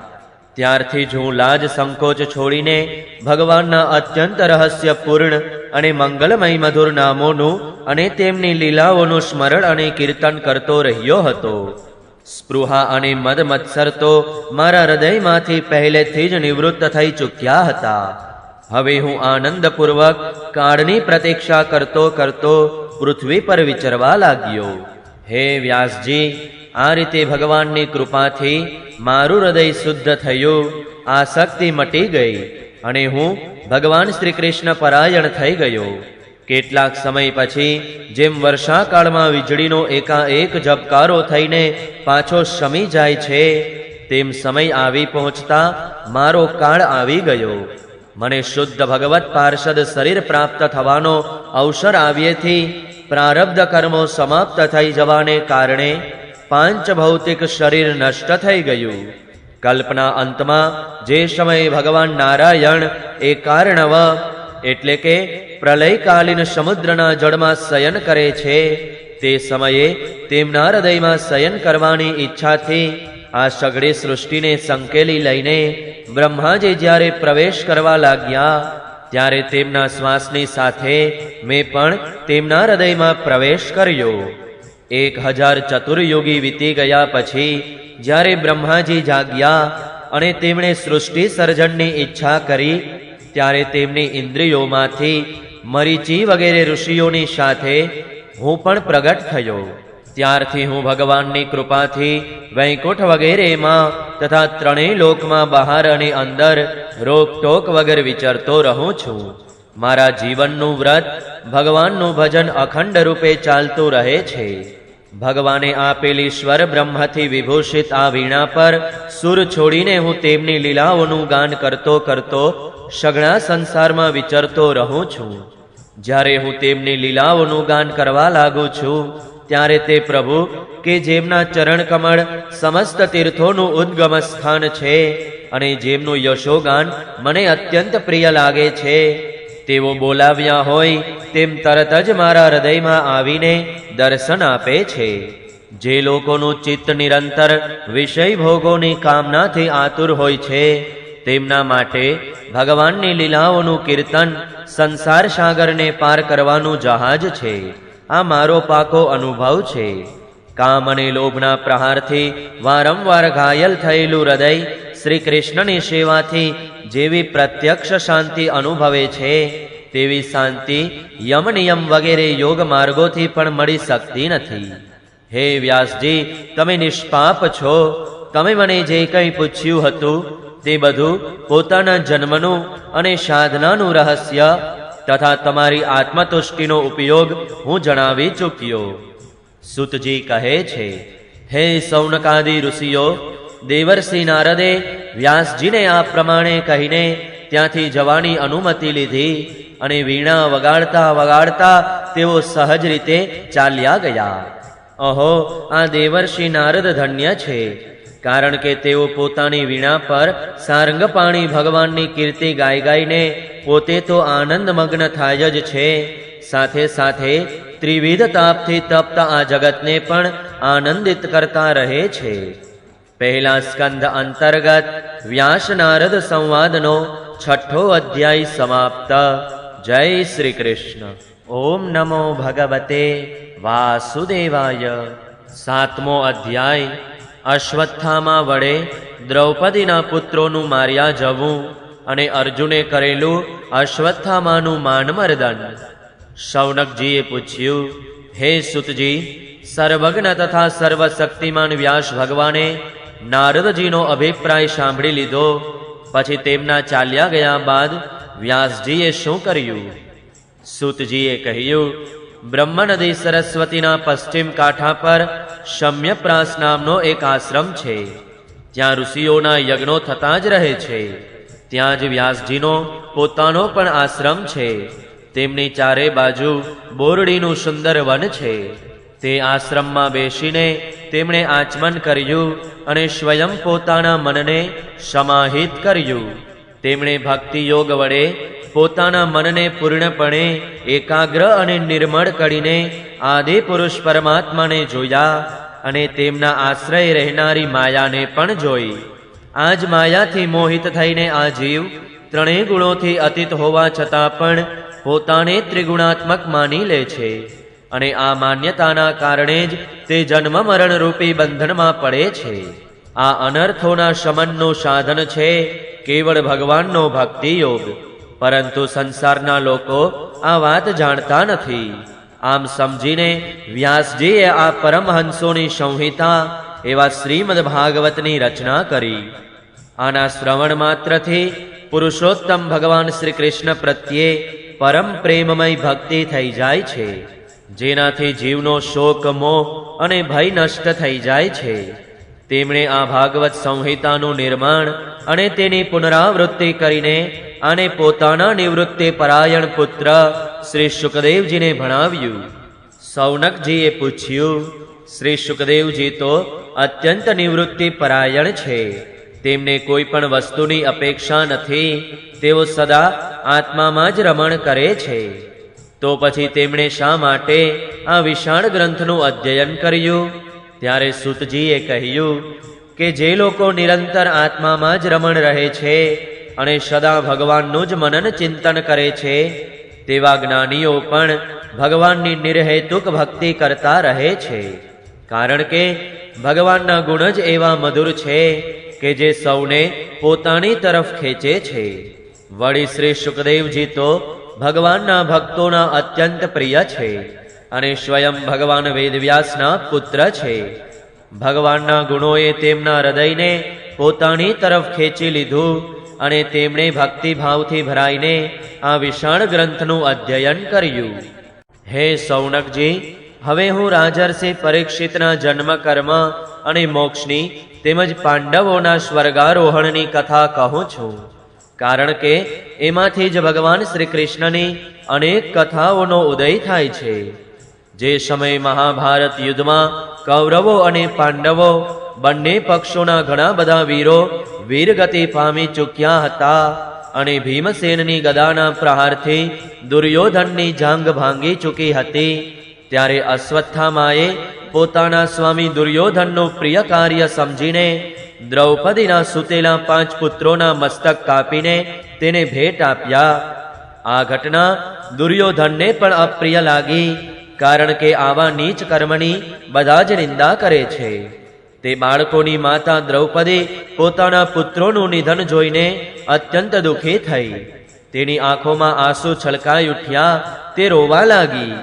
તેને સાંત્વના આપતા અર્જુને કહ્યું, હે કલ્યાણી, હું જ્યારે તે આતતાઈ અધમ બ્રાહ્મણનું માથું ગાંડીવ ધનુષના બાણોથી કાપીને તમને ભેટ આપીશ અને તમે તેના પર પગ મૂક્યા પછી પુત્રોની અંત્યેષ્ટિ ક્રિયા કરી સ્નાન કરજો. હું ત્યારે તમારા શોકાશ્રુ લૂછીશ. આ પ્રમાણે મધુર વિલક્ષણ વાતોથી દ્રૌપદીને સાંત્વના આપ્યા પછી જેના મિત્ર અને સારથી શ્રી કૃષ્ણ છે અને જેના રથની ધજા પર હનુમાનજી બેઠેલા છે, તેવા અર્જુને કવચ ધારણ કરી હાથમાં કઠોર ધનુષ લઈને રથ પર બેસીને ગુરુપુત્ર અશ્વત્થામાનો પીછો કર્યો. બાળકોની હત્યાથી અશ્વત્થામાનું મન પણ ઉદ્વિગ્ન થઈ ગયું હતું.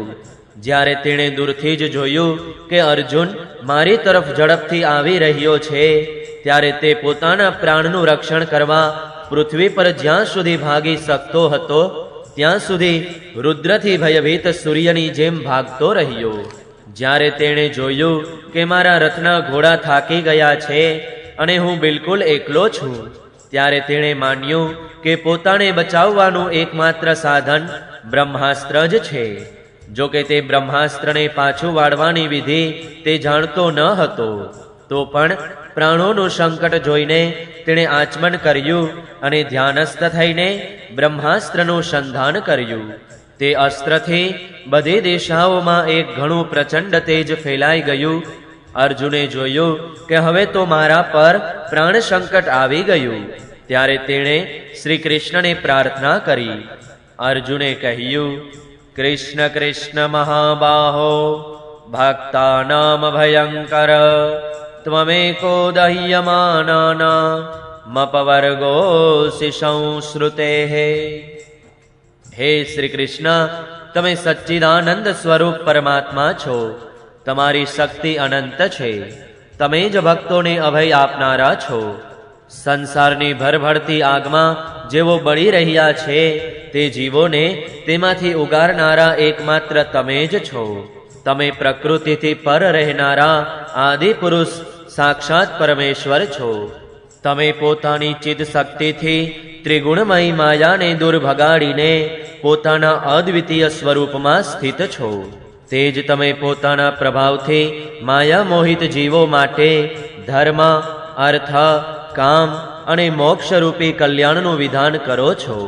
તમારો આ અવતાર પૃથ્વીનો ભાર હરી લેવા માટે છે અને તમારા અનન્ય પ્રેમી ભક્તજનોને નિરંતર સ્મરણ અને ધ્યાન કરવા માટે છે. હે દેવાદિદેવ શ્રી કૃષ્ણ, આ ભયંકર તેજ બધી બાજુએથી મારી તરફ આવી રહ્યો છે. આ શું છે, ક્યાંથી અને શા માટે આવી રહ્યું છે તે હું જાણી શકતો નથી. ત્યારે ભગવાને કહ્યું, હે અર્જુન, આ અશ્વત્થામાએ છોડેલું બ્રહ્માસ્ત્ર છે. એ વાત સમજી લે કે પ્રાણ સંકટ ઊભું થવાથી તેણે આનો પ્રયોગ તો કરી દીધો છે, પણ તે આ અસ્ત્રને પાછું વાળવાનું જાણતો નથી. અન્ય કોઈ પણ અસ્ત્રમાં આને દબાવી દેવાની શક્તિ નથી. તો શસ્ત્ર અસ્ત્ર વિદ્યાને સારી રીતે જાણે જ છે. બ્રહ્માસ્ત્રના તેજથી જ આ બ્રહ્માસ્ત્રની પ્રચંડ આગને ઓલવી દે. સૂતજી કહે છે, અર્જુન વિપક્ષના વીરોને મારવામાં ઘણો જ પ્રવીણ હતો. ભગવાનની આ વાત સાંભળીને તેણે આચમન કર્યું અને ભગવાનની પરિક્રમા કરીને બ્રહ્માસ્ત્રના નિવારણ માટે બ્રહ્માસ્ત્રનું જ સંધાન કર્યું. બાણોથી વેષ્ટિત તે બંને બ્રહ્માસ્ત્રોનું તેજ પરસ્પર ટકરાઈને સમગ્ર પૃથ્વી આકાશમાં ફેલાઈ ગયું અને પ્રલયકાલીન સૂર્ય તથા અગ્નિની જેમ વધવા માંડ્યું. ત્રણેય લોકોને દજાડનારી તે બંને અસ્ત્રોની વધેલી પ્રચંડ જ્વાળાઓથી પ્રજા બળવા લાગી અને તે જોઈને બધાએ એમ જ માન્યું કે આ પ્રલયકાળનો સાંવર્તક અગ્નિ છે. તે અગ્નિથી પ્રજાનો અને લોકોનો નાશ થતો જોઈને ભગવાનની અનુમતિથી અર્જુને તે બંને અસ્ત્રોને પાછા વાળ્યા. અર્જુનની આંખો ક્રોધથી લાલ લાલ થઈ રહી હતી. તેણે ઝપટ મારીને તે ક્રૂર અશ્વત્થામાને પકડી લીધો અને જેમ કોઈ દોરડાથી પશુને બાંધી લે તે જ રીતે બાંધી દીધો. અશ્વત્થામાને બળપૂર્વક બાંધીને અર્જુને તેને જ્યારે છાવણી તરફ લઈ જવા ઈચ્છ્યું ત્યારે કમલનયન ભગવાને કોપિત થઈને તેને કહ્યું, અર્જુન, આ અધમ બ્રાહ્મણને છોડવાનું ઠીક નથી, તેને તો મારી જ નાખ. તેણે રાત્રે સૂતેલા નિરઅપરાધ બાળકોની હત્યા કરી છે. ધર્મને જાણનારા મનુષ્યો અસાવધાન, ધૂની, ગાંડા, સૂતેલા, બાળક, સ્ત્રી, વિવેક જ્ઞાન શૂન્ય, શરણાગત, રથહીન અને ભયભીત શત્રુને ક્યારેય હણતા નથી. પરંતુ જે ક્રૂર અને દુષ્ટ મનુષ્ય બીજાઓને મારીને પોતાના પ્રાણની પુષ્ટિ કરે છે તેનો તો વધ કરવો એ જ યોગ્ય છે. કારણ કે તેવી આદતને લીધે જો તે જીવે છે તો વળી વધુ પાપ કરે છે અને તે પાપોને કારણે નરકગામી થાય છે. વળી મારી સામે જ તે દ્રૌપદી આગળ પ્રતિજ્ઞા કરી હતી કે હે માનિની, જેણે તારા પુત્રોનો વધ કર્યો છે તેનું માથું હું ઉતારી લાવીશ. આ પાપી તેમજ કુળનો નાશ કરનાર આતતાઈએ તારા પુત્રોનો વધ કર્યો છે અને પોતાના સ્વામી દુર્યોધનને પણ દુઃખ પહોંચાડ્યું છે. તેથી હે અર્જુન, તું આને મારી જ નાખ. ભગવાન શ્રી કૃષ્ણે અર્જુનના ધર્મની પરીક્ષા લેવા માટે આ પ્રમાણે પ્રેરણા કરી. પરંતુ અર્જુનનું હૃદય મહાન હતું. જો કે અશ્વત્થામાએ તેના પુત્રોની હત્યા કરી હતી તો પણ અર્જુનના મનમાં ગુરુપુત્રને મારવાની ઈચ્છા ન થઈ. એ પછી પોતાના મિત્ર અને સારથી ભગવાન શ્રી કૃષ્ણની સાથે તે પોતાની યુદ્ધ છાવણીમાં ગયો અને ત્યાં તે અશ્વત્થામાને પોતાના મૃતપુત્રો માટે શોક કરતી દ્રૌપદીને સોંપ્યો. દ્રૌપદીએ જોયું કે અશ્વત્થામાને પશુની જેમ બાંધીને લાવવામાં આવ્યો છે. નિંદિત કર્મ કરવાને કારણે તેનું મુખ નમી ગયું છે. પોતાનું અનિષ્ટ કરનારા ગુરુપુત્રને આ પ્રમાણે અપમાનિત જોઈને દ્રૌપદીનું કોમળ હૃદય દયાથી ભરાઈ આવ્યું અને તેણે અશ્વત્થામાને નમસ્કાર કર્યા. ગુરુપુત્રને આ પ્રમાણે બાંધીને લાવવાનું સતી દ્રૌપદી સહન ન કરી શક્યા. તેમણે કહ્યું, છોડી દો આને, છોડી દો. આ બ્રાહ્મણ છે આપણા અત્યંત પૂજનીય છે, જેમની કૃપાથી તમને રહસ્ય સહિત બધી ધનુર્વિદ્યાઓ અને પ્રયોગનું તથા ઉપસંહાર સહિત સમસ્ત શસ્ત્રાસ્ત્રોનું જ્ઞાન પ્રાપ્ત થયું છે. તે તમારા આચાર્ય દ્રોણ જ પુત્રના રૂપમાં તમારી સામે ઊભા છે. તેમની અર્ધાંગીની કૃપી પોતાના વીરપુત્રની મમતાને લીધે જ પોતાના પતિનું અનુગમન કરી શકી નથી. તે હજી જીવતી છે. મહાભાગ્યવાન હે આર્યપુત્ર, તમે તો મોટા ધર્મજ્ઞ છો. જે ગુરુવંશની રોજ પૂજા અને વંદના કરવી જોઈએ તેને જ વ્યથા પહોંચાડવી એ તમારે યોગ્ય કાર્ય નથી. જેમ પોતાના બાળકો મરી જવાથી હું દુઃખી થઈને રડી રહી છું અને મારી આંખોમાંથી વારંવાર આંસુ વહી રહ્યા છે, તેવી જ રીતે આની માતા પતિવ્રતા ગૌમતી ન રડવી જોઈએ.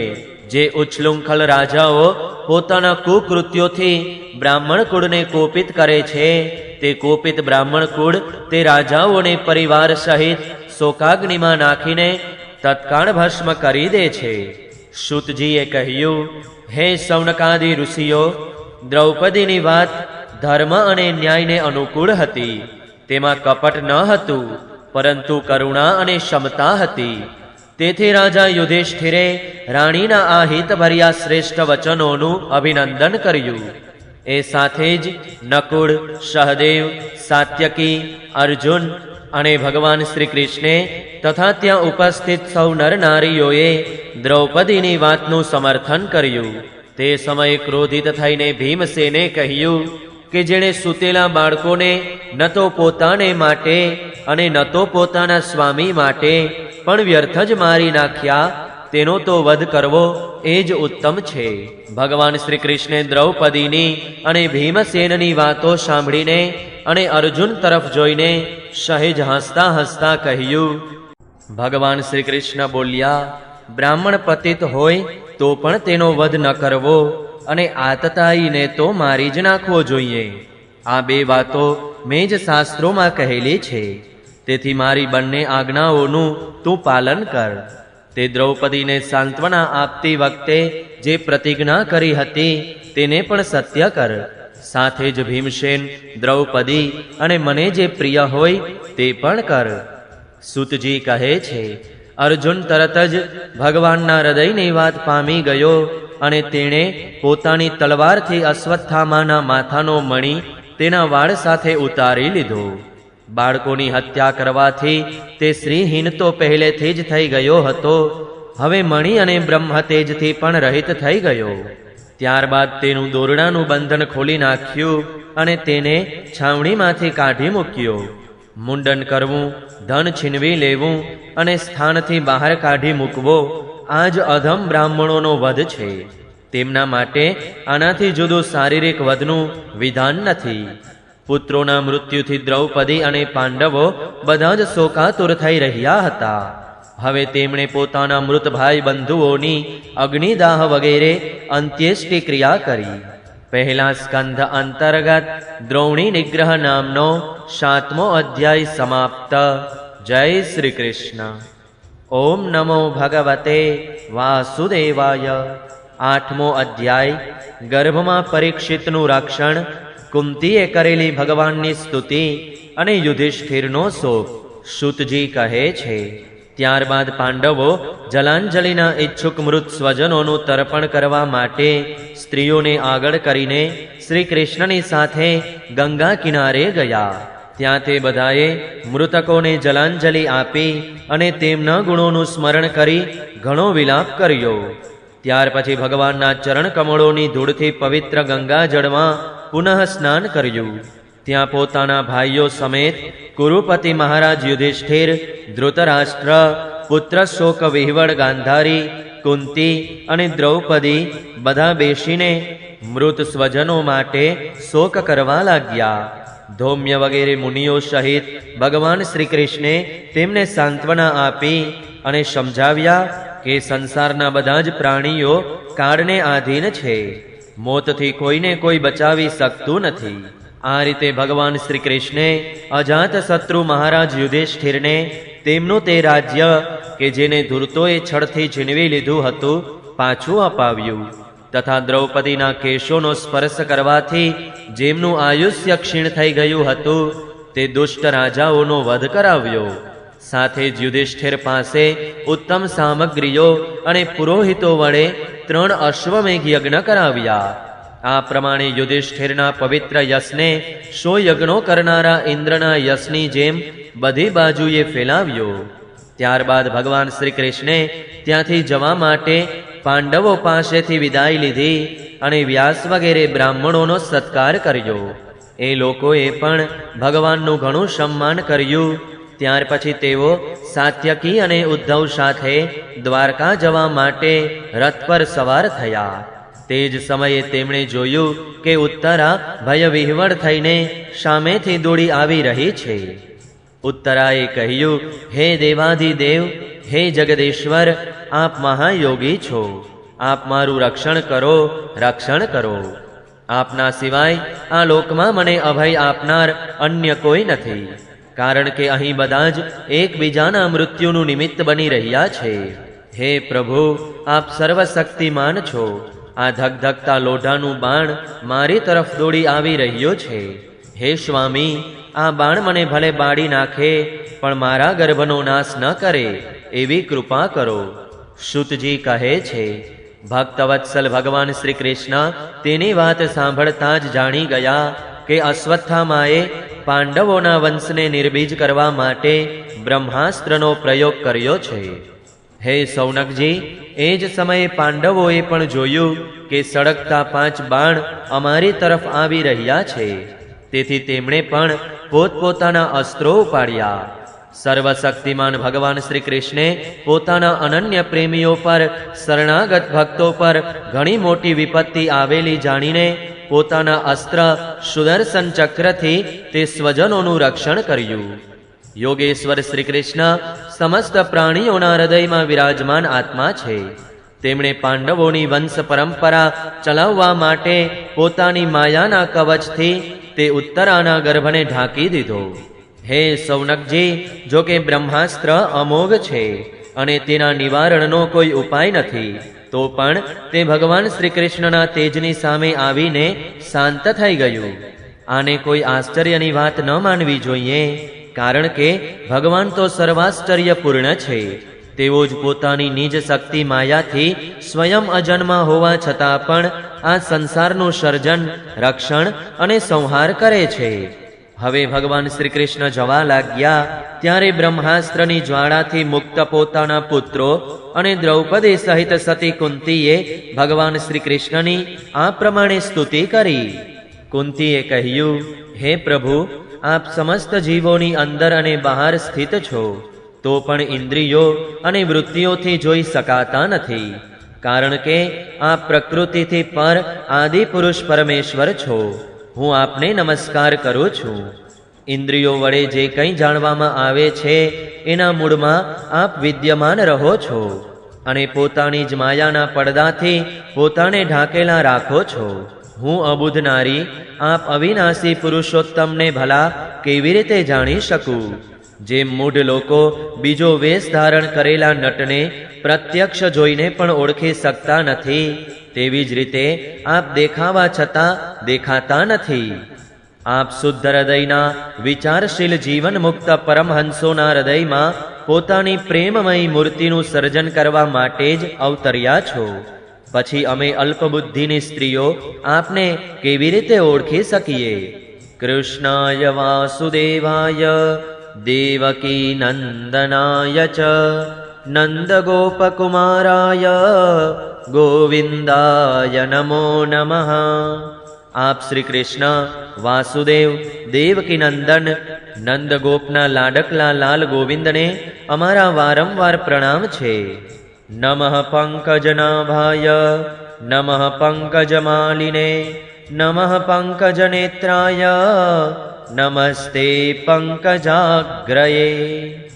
જેમની નાભીમાંથી બ્રહ્માનું જન્મસ્થાન કમળ પ્રગટ થયું છે, જેવો સુંદર પંકજમાળા ધારણ કરે છે, જેમના નેત્રો પંકજ જેવા વિશાળ અને કોમળ છે, જેમના ચરણ કમળોમાં કમળનું ચિહ્ન છે, એવા હે શ્રી કૃષ્ણ, આપને મારા વારંવાર નમસ્કાર છે. હે ઋષિકેશ, જેમ આપે દુષ્ટ કંસ વડે કેદ કરાયેલી અને ચિરકાળથી શોકાગ્રસ્ત દેવકીનું રક્ષણ કર્યું હતું, તેવી જ રીતે પુત્રો સહિત મારું પણ વિપત્તિઓમાંથી વારંવાર રક્ષણ કર્યું છે. આપ જ અમારા સ્વામી છો, આપ સર્વશક્તિમાન છો. હે શ્રી કૃષ્ણ, કેટલું ગણાવવું? વિષમાંથી, લાક્ષાગૃહની ભયાનક આગમાંથી, હિડિંબ વગેરે રાક્ષસોની નજરમાંથી, દુષ્ટોની દ્યુત સભામાંથી, વનવાસની વિપત્તિઓમાંથી અને અનેક વારના યુદ્ધોમાં અનેક મહારથીઓના શસ્ત્રાસ્ત્રોમાંથી અને હમણાં આ અશ્વત્થામાના બ્રહ્માસ્ત્રમાંથી પણ આપે જ મારું રક્ષણ કર્યું છે.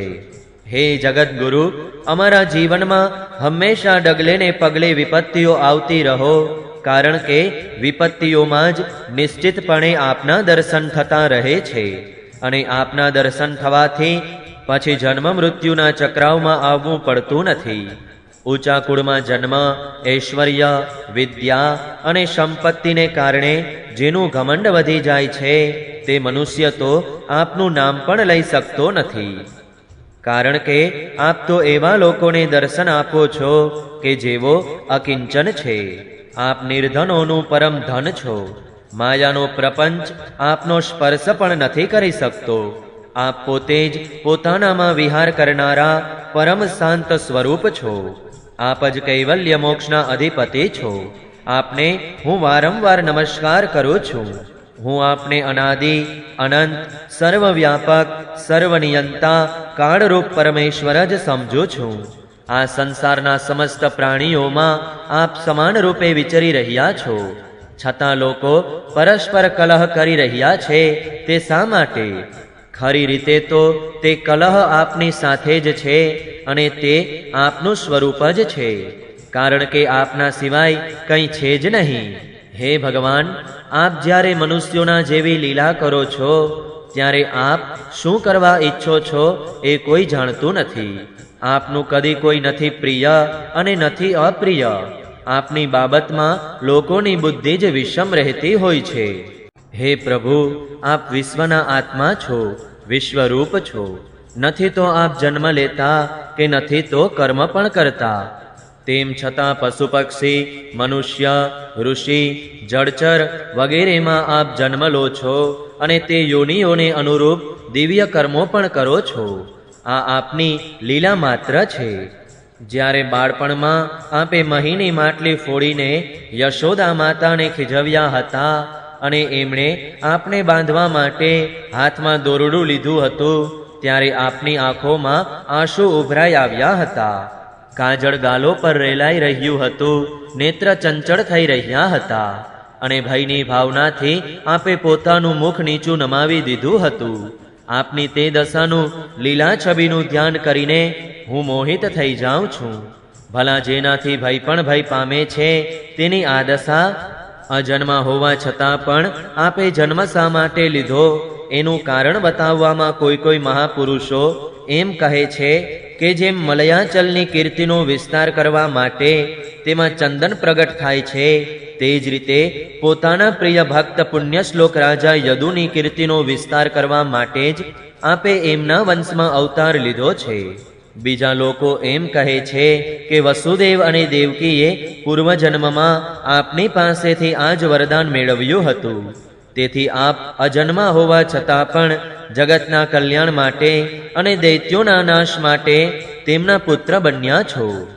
વળી બીજા કેટલાક લોકો એમ કહે છે કે આ પૃથ્વી દૈત્યોના અત્યંત ભારથી સમુદ્રમાં ડૂબતી નાવની જેમ ડગમગી રહી હતી, પીડિત થઈ રહી હતી. ત્યારે બ્રહ્માજીની પ્રાર્થનાથી તેનો ભાર ઉતારવા માટે જ આપ પ્રગટ થયા. કોઈ મહાપુરુષો એમ કહે છે કે લોકો આ સંસારમાં અજ્ઞાન, કામના અને કર્મોના બંધનમાં જકડાઈને પીડિત થઈ રહ્યા છે. તે લોકો માટે શ્રવણ અને સ્મરણ કરવા યોગ્ય લીલા કરવાના વિચારથી જ આપે અવતાર લીધો છે. ભક્તજનો આપના ચરિત્રોનું વારંવાર શ્રવણ, ગાન, કીર્તન અને સ્મરણ કરીને આનંદિત થતા રહે છે. તેઓ જ તત્કાળ આપના તે ચરણ કમળોનું દર્શન કરવા પામે છે કે જે જન્મ મૃત્યુના પ્રવાહને હંમેશને માટે રોકી દે છે. હે ભક્તવાંછા કલ્પતૃ પ્રભુ, શું હવે આપ પોતાના આશ્રિત અને સંબંધી એવા અમને છોડીને જવા ઈચ્છો છો? આપ જાણો છો કે આપના ચરણ કમળો સિવાય અમને અન્ય કોઈનો સહારો નથી. પૃથ્વીના રાજાઓના તો અમે આમે વિરોધી થઈ ગયા છીએ. ઇન્દ્રિયોના દેવતાઓ વિના ઇન્દ્રિયોનું શું મહત્વ છે? તેવી જ રીતે આપના વિના યદુવંશીઓના અમે અમારા પુત્રો પાંડવોના નામ અને રૂપનું અસ્તિત્વ જ ક્યાં રહે છે?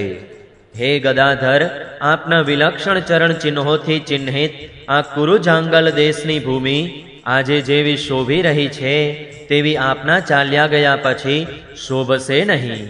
આપની દ્રષ્ટિના પ્રભાવથી જ આ દેશ પાકેલી ફસલથી તથા વેલી વૃક્ષોથી સમૃદ્ધ છે. આ વન, પર્વત, નદી અને સમુદ્ર પણ આપના દ્રષ્ટિ પ્રભાવે જ વૃદ્ધિ પામી રહ્યા છે. આપ વિશ્વના સ્વામી છો, વિશ્વના આત્મા છો અને વિશ્વરૂપ છો. યદુવંશીઓ અને પાંડવોમાં મારી મમતા થઈ ગઈ છે. આપ કૃપા કરીને સ્વજનોની સાથે જોડેલા આ દ્રઢ સ્નેહ પાસને કાપી નાખો. હે શ્રી કૃષ્ણ, જેમ ગંગાની અખંડ ધારા સમુદ્રમાં પડતી રહે છે તેવી જ રીતે મારી બુદ્ધિ અન્ય કોઈ તરફ ન જતા નિરંતર આપનામાં જ પરોવાયેલી રહે. હે શ્રી કૃષ્ણ, હે અર્જુનના પ્રિય સખા, હે યદુવંશ શિરોમણી, આપ પૃથ્વીના ભારરૂપ રાજવેશધારી દૈત્યોને બાળવા અગ્નિ સ્વરૂપ છો. આપની શક્તિ અનંત છે. હે ગોવિંદ, આપનો આ અવતાર ગાય, બ્રાહ્મણ અને દેવતાઓનું દુઃખ દૂર કરવા માટે જ છે. હે યોગેશ્વર, ચરાચરના ગુરુ ભગવાન, હું આપને નમસ્કાર કરું છું. સૂતજી કહે છે, આ પ્રમાણે કુંતીએ પણ ઘણા મધુર શબ્દોમાં ભગવાનની અધિકાંશ લીલાઓનું વર્ણન કરતા તેમની સ્તુતિ કરી. સાંભળીને ભગવાન શ્રી કૃષ્ણે પોતાની માયાથી તેમને મોહિત કરતા મંદ મંદ સ્મિત કર્યું. તેમણે કુંતીજીને કહ્યું, સારું, ઠીક છે. અને ત્યારથી તેમણે હસ્તિનાપુર રાજમહેલમાં પ્રવેશ કર્યો અને કુંતી વગેરે સ્ત્રીઓ પાસેથી વિદાય લઈને જ્યારે જવા નીકળ્યા ત્યારે રાજા યુધિષ્ઠિરે ખૂબ પ્રેમપૂર્વક તેમને રોકી લીધા. રાજા યુધિષ્ઠિરને પોતાના ભાઈ બંધુઓના માર્યા જવાનો ભારે શોક થઈ રહ્યો હતો. ભગવાનની લીલાનો મર્મ જાણનારા વ્યાસ વગેરે મહર્ષિઓએ અને અદ્ભુત ચરિત્ર કરનારા સ્વયં ભગવાન શ્રી કૃષ્ણે પણ અનેક ઇતિહાસો કહીને તેમને સમજાવવાની ઘણી કોશિશ કરી, પરંતુ તેમને સાંત્વના મળી નહીં, તેમનો શોક દૂર થયો નહીં.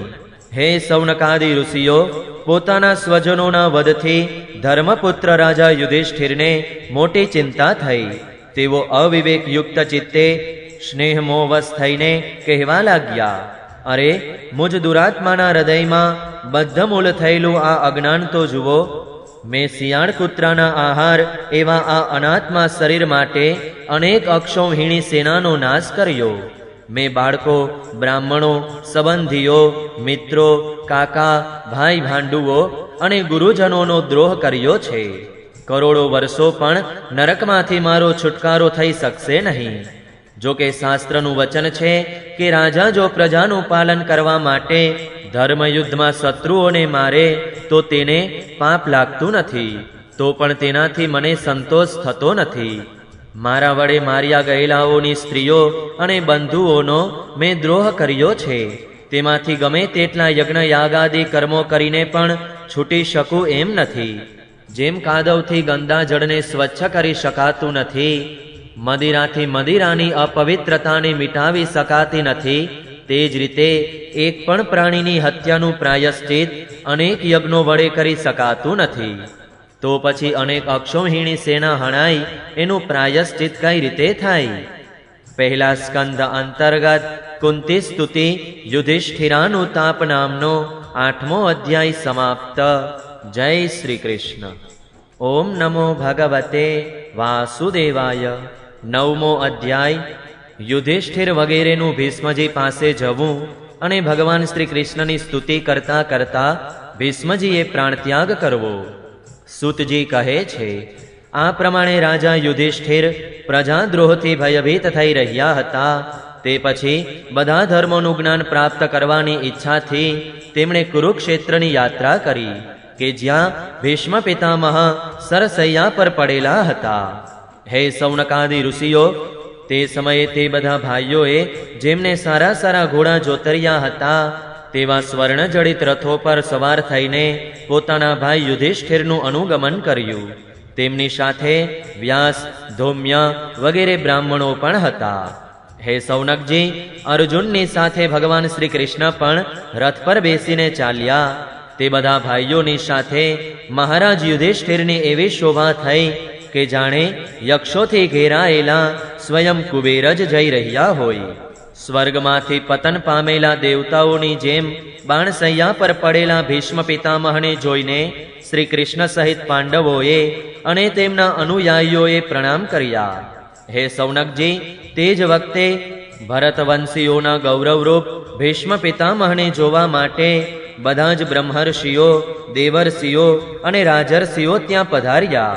પર્વત, નારદ, ધૌમ્ય, ભગવાન વ્યાસ, બૃહદસ્વ, ભરદ્વાજ, શિષ્યો સહિત પરશુરામજી, વસિષ્ઠ, ઇન્દ્રપ્રમદ, ત્રિત, ગૃહત્સમદ, અશિત, કક્ષિવાન, ગૌતમ, અત્રિ, વિશ્વામિત્ર, સુદર્શન તથા બીજા પણ સુખદેવ વગેરે શુદ્ધ હૃદયના મહાત્માઓ તેમજ શિષ્યો સહિત કશ્યપ, અંગિરા પુત્ર બૃહસ્પતિ વગેરે મુનિજનો પણ ત્યાં પધાર્યા.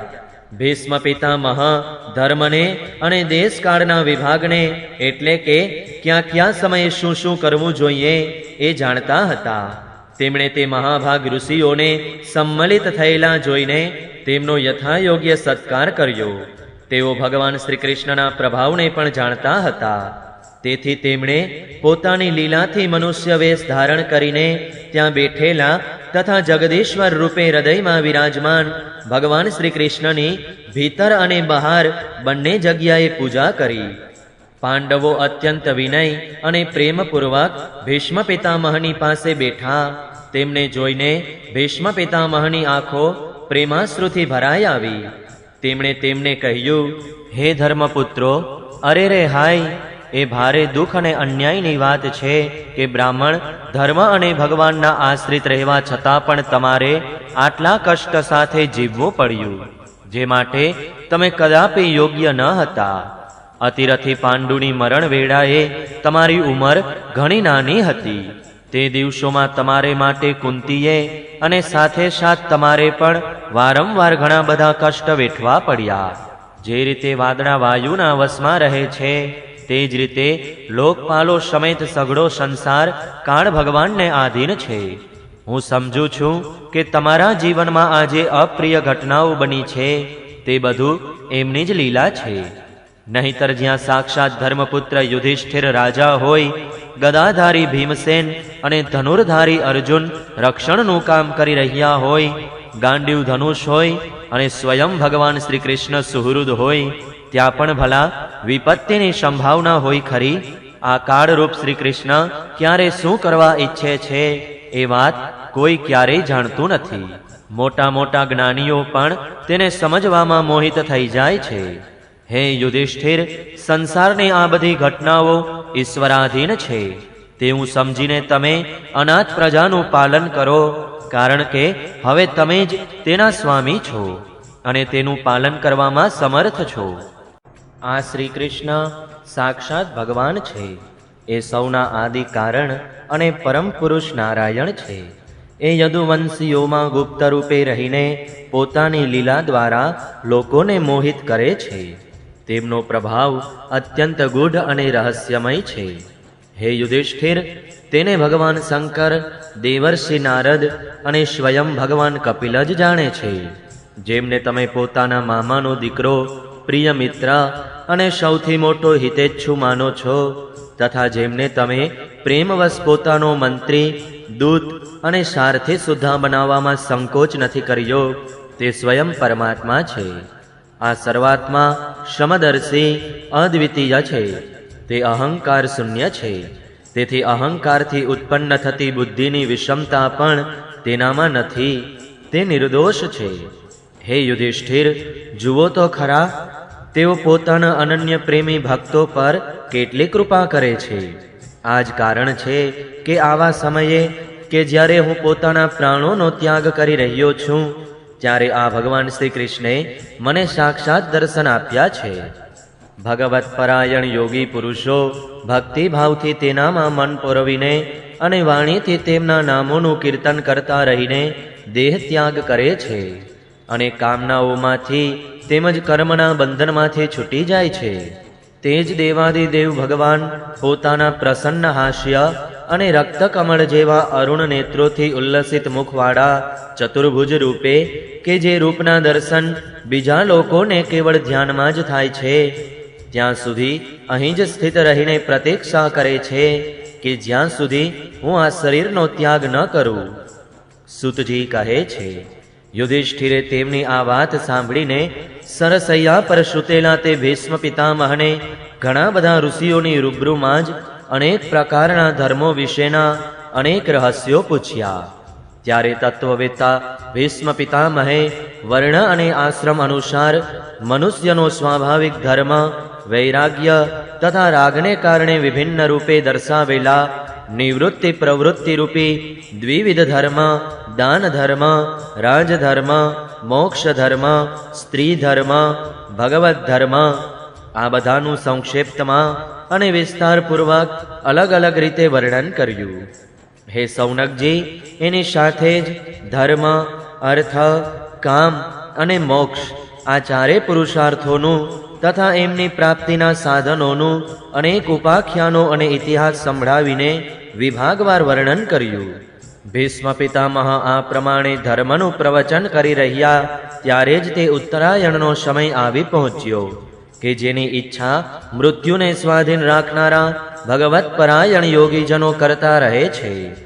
તે તે સમયે હજારો રથીઓના નેતા ભીષ્મ પિતામહે વાણીનો સંયમ કરીને મનને બધી બાજુએથી વાળીને પોતાની સામે સ્થિત આદિ પુરુષ ભગવાન શ્રી કૃષ્ણમાં પરોવ્યું.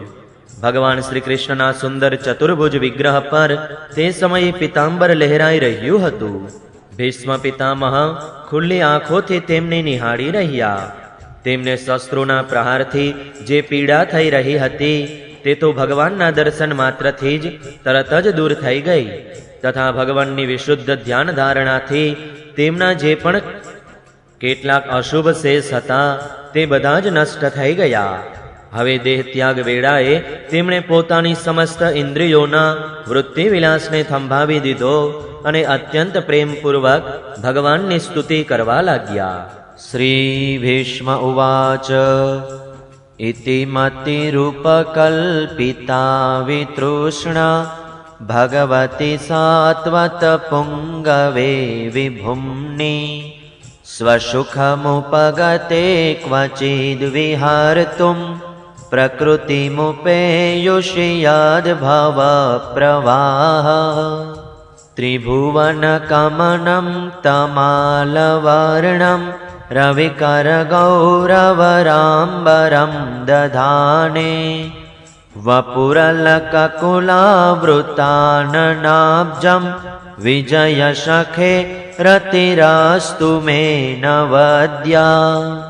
શ્રી ભીષ્મજીએ કહ્યું, હવે મૃત્યુ વેળાએ હું મારી આ અત્યંત શુદ્ધ અને કામના રહિત બુદ્ધિને યદુવંશ શિરોમણી અનંત ભગવાન શ્રી કૃષ્ણના ચરણોમાં સમર્પિત કરું છું કે જેઓ હર હંમેશ પોતાના આનંદમય સ્વરૂપમાં સ્થિત રહેવા છતાં પણ ક્યારેક વિહાર કરવાની, લીલા કરવાની ઈચ્છાથી પ્રકૃતિનો સ્વીકાર કરે છે કે જેનાથી આ સૃષ્ટિ પરંપરા ચાલે છે. જેમનું શરીર ત્રિભુવન સુંદર છે તથા શ્યામ તમાલ જેવું શામળું છે, જેના પર સૂર્ય કિરણોના જેવું શ્રેષ્ઠ પિતાંબર લહેરાઈ રહ્યું છે અને કમળ સદૃશ મુખ ઉપર વાંકડિયા વાળની લટો લટકતી રહે છે, તે અર્જુનના સખા શ્રી કૃષ્ણમાં મારી નિષ્કપટ પ્રીતિ થાવ. મને યુદ્ધના સમયની તેમની તે વિલક્ષણ છબી યાદ આવે છે કે તેમના મુખ પર લહેરાતા વાંકડિયા વાળ ઘોડાઓની ટાપની રજથી ધૂળ ધૂસરિત થઈ ગયા હતા અને મુખ પર પરસેવાના બુંદ શોભી રહ્યા હતા.